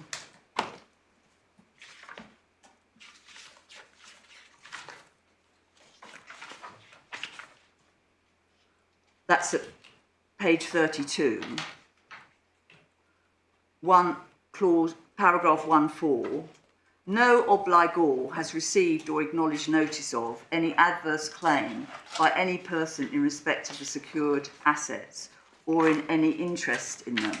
So they are... You haven't relied on that. No. You haven't relied on a breach of warranty. You're... No, why I'm drawing this to your attention, my lady, is that it's clear that what was anticipated and provided for in the guarantee and debenture was that when the guarantee debenture was entered into by the lender, that they had to be satisfied, and it would be a breach of warranty if it was wrong, that at that time, entering into the debenture, scarcely a month after the email was written, it was being confirmed that they hadn't received or acknowledged notice of any adverse claim by any person in respect of the secured assets.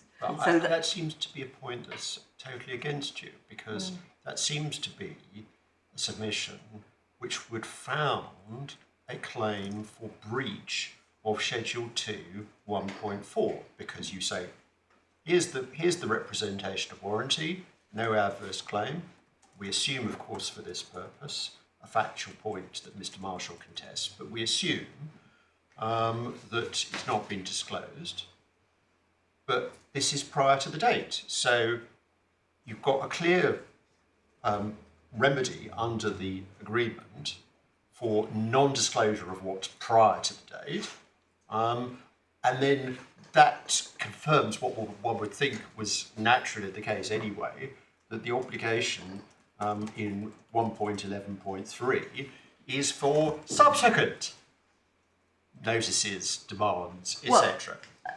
I go back to the point that I make, that it's not limited in time, and it does provide that they are to promptly notify the lender of any notice or demand, or of any fact, matter or circumstances which may, with the passage of time, give rise to such an action, claim or demand. My learned friend says it wasn't a demand.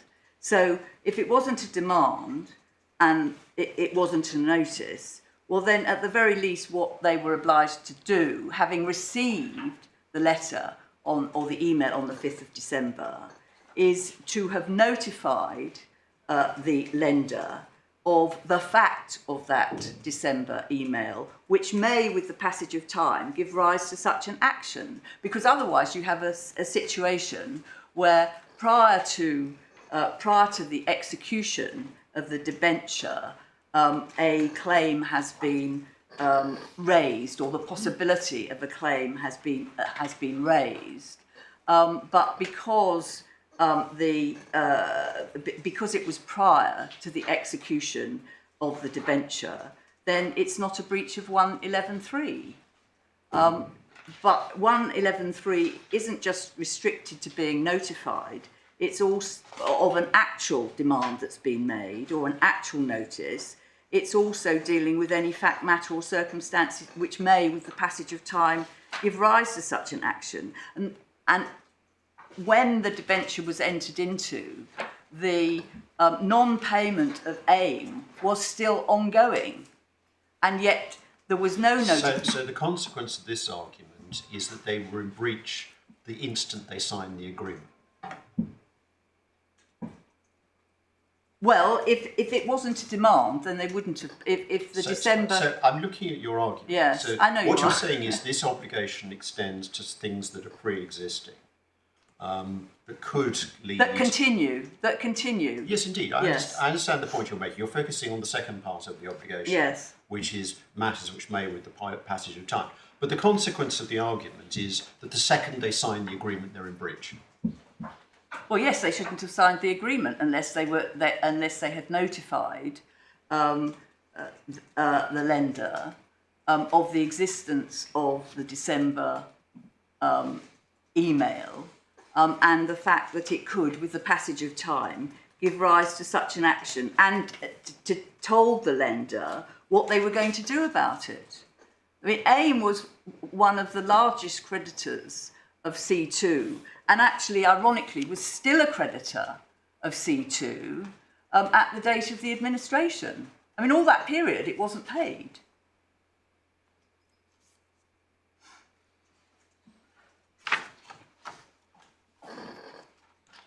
One can see that from tab 43, page 184.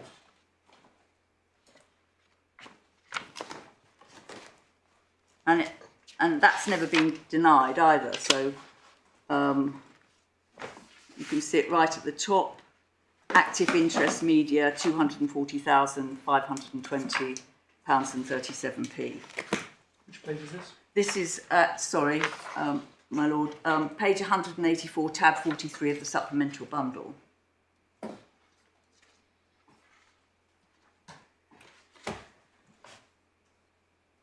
I mean, the judge's finding at paragraph 62 of his judgment was that there was never an action, claim, notice or demand by AIM, nor any likelihood of one. Well, that was just plain wrong.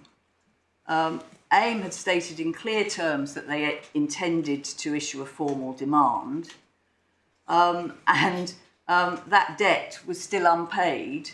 But what we don't have, this is one of the difficulties, apart from anything else, we don't have anything further to that letter. No. Which demanded effectively an immediate response. Yeah. Well, that's a matter that the companies we don't could have any. Sorry, my lady. Sorry. But we don't have any follow-up, which my understanding of the argument against you is that there was neither a demand nor something which may, with the passage of time, as opposed to other things as well as the passage of time, give rise to such an action. So all we've got is that letter a while before entering into the facility agreement. Well, we've got the letter which actually threatens starting with a formal demand letter requiring payment of the overdue balances. It might expect that to have been followed by a demand letter, but we don't have anything. Well, we don't know because there's been absolute silence on the claimant's side. I'm not sure that, sorry to interrupt, but it's not actually quite right to say there's no evidence about what happened subsequently. There is evidence in Mr. Strong's witness statement, paragraph 61, that the matter was resolved.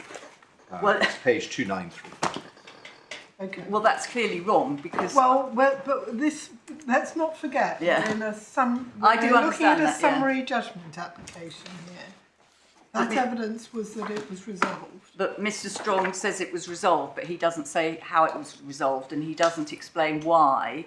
At the end of the administration, there was still an amount outstanding of 214,000 odd to AIM. Yeah, but that, for all we know, that could have been further accrued. This is a trading partner. It could well be further accrued debt rather than historic.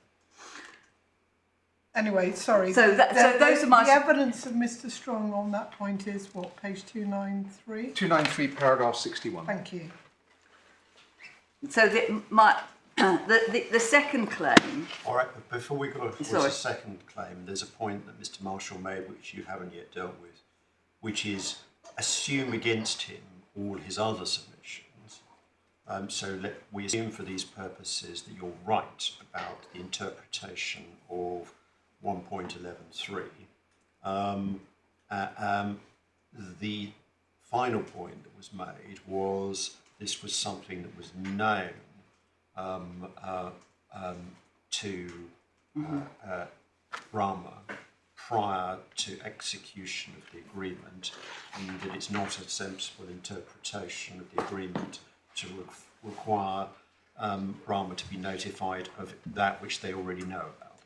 Well, what I say from that is that the terms are the terms, but that and the terms require notification, irrespective of whether they have been they know about it from some other source. But more importantly than that is, of course, 111.3 isn't just concerned with notification. It's concerned with the provision of the obligor's proposals for settling, liquidating, compounding or contesting the claim, which there was never. Is that a pleaded breach?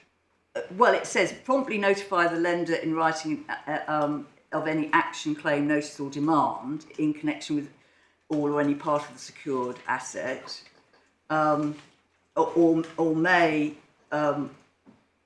with the passage of time, give rise to such an action, etc., with, in each case, the obligor's proposals for settling, liquidating, compounding or contesting any such action. So it is a requirement of 111.3. If you don't notify, or if you do notify, but you don't provide any proposals for how you're going to deal with it, it would be a breach of 111.3. All right, but is failure to provide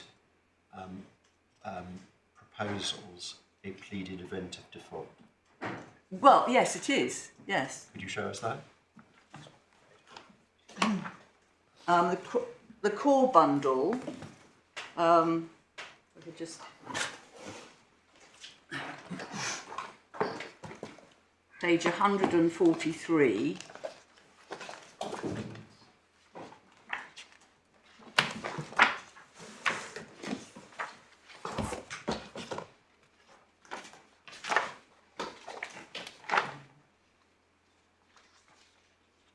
So, and paragraph, well, we start off with paragraph 39, pleading what Ames' email constituted. And then paragraph 40, we plead the claimants failed to notify Brahma or Niven of this correspondence, and further failed to notify Brahma or Niven of their proposals for settling, liquidating, compounding, etc., in breach of paragraph 111.3. Okay.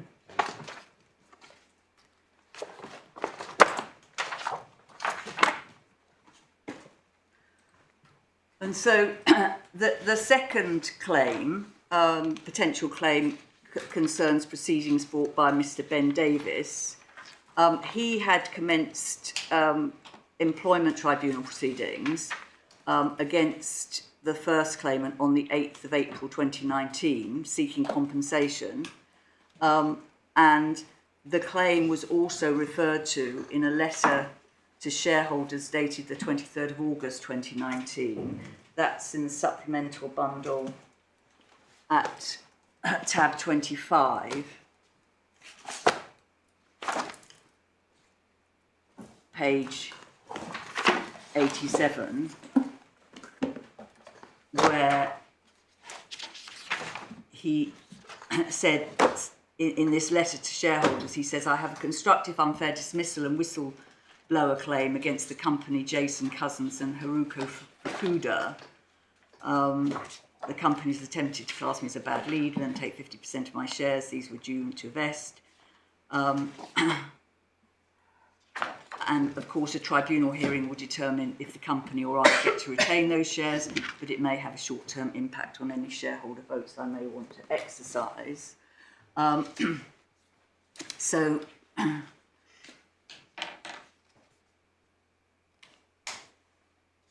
and again, we say that this claim wasn't notified to Niven or Brahma, and no proposals were settling, liquidating, compounding, or contesting such action.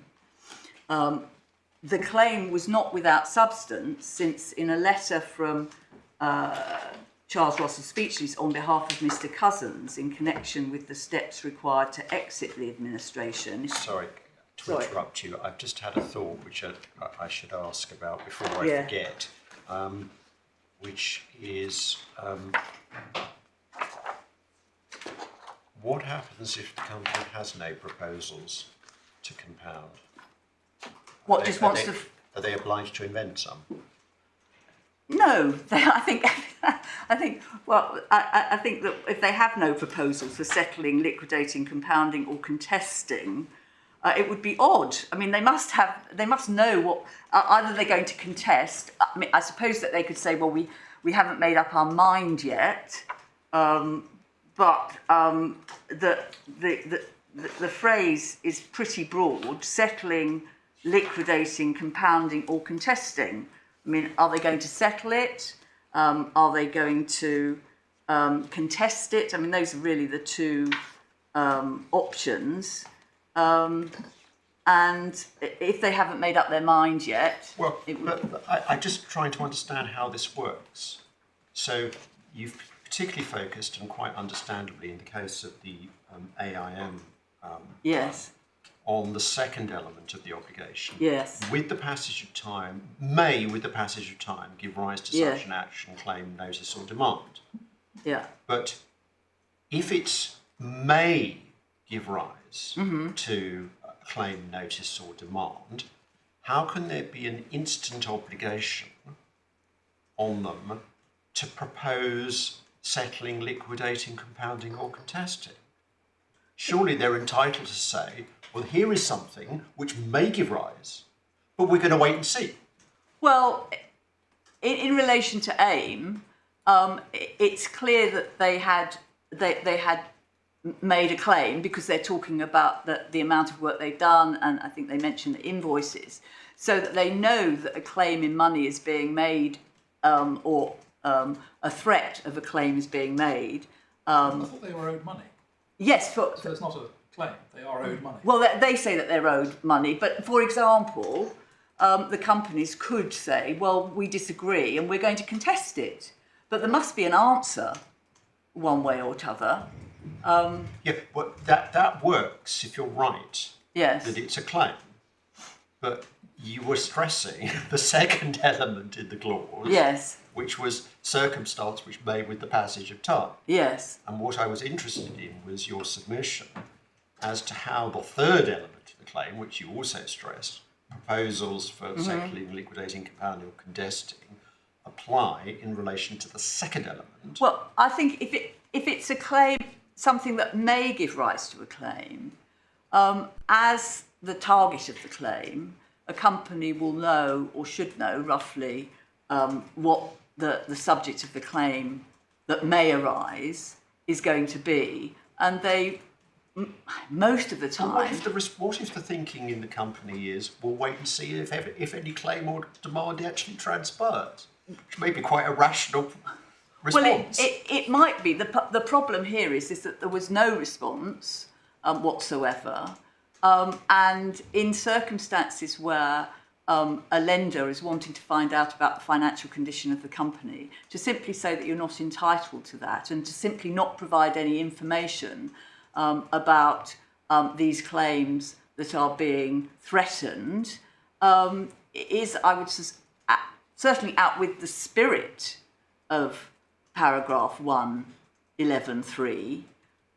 Most of the time, I'm trying to think, there would be very few cases that I can think of if there is the possibility of a claim that could, or a fact or circumstance that could mature into a claim at a later stage, where a company would not have an idea of what their likely response is going to be. Which is, it could be, currently, the claim has not been satisfactorily articulated, and therefore are thinking at the moment our proposal at the moment would be to contest it.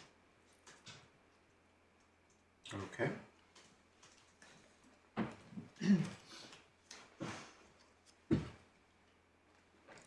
I just wanted to draw your attention to the fact that the claim was not without substance, because in a letter from Charles Russell Speeches, which is at tab 38 of the supplemental bundle, which was written on behalf of the director, Mr. Jason Cousins,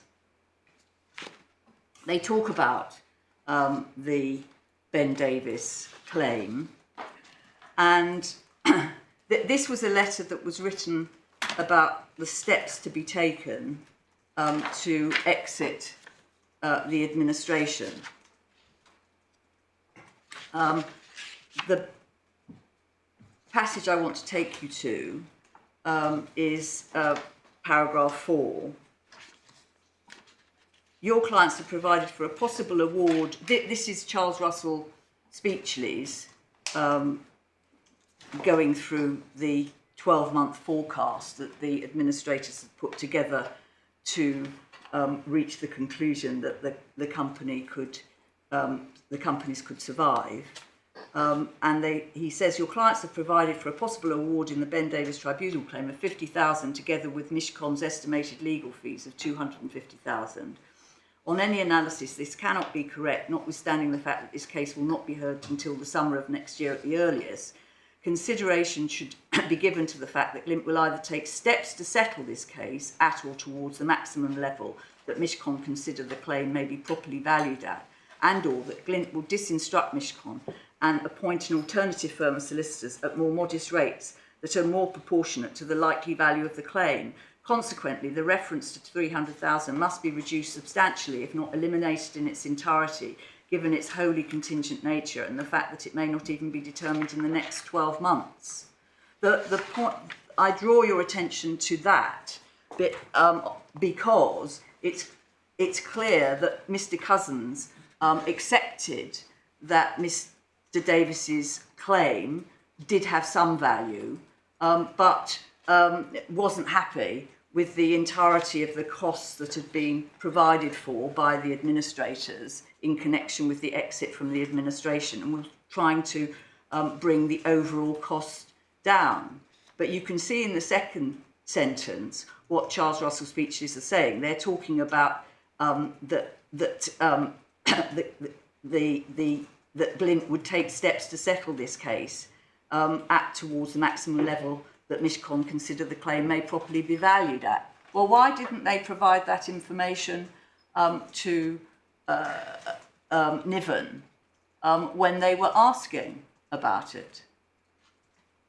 That would have been a simple response, and in my submission it would have been a satisfactory response, certainly in the first instance. But the companies refused entirely to engage in relation to this claim.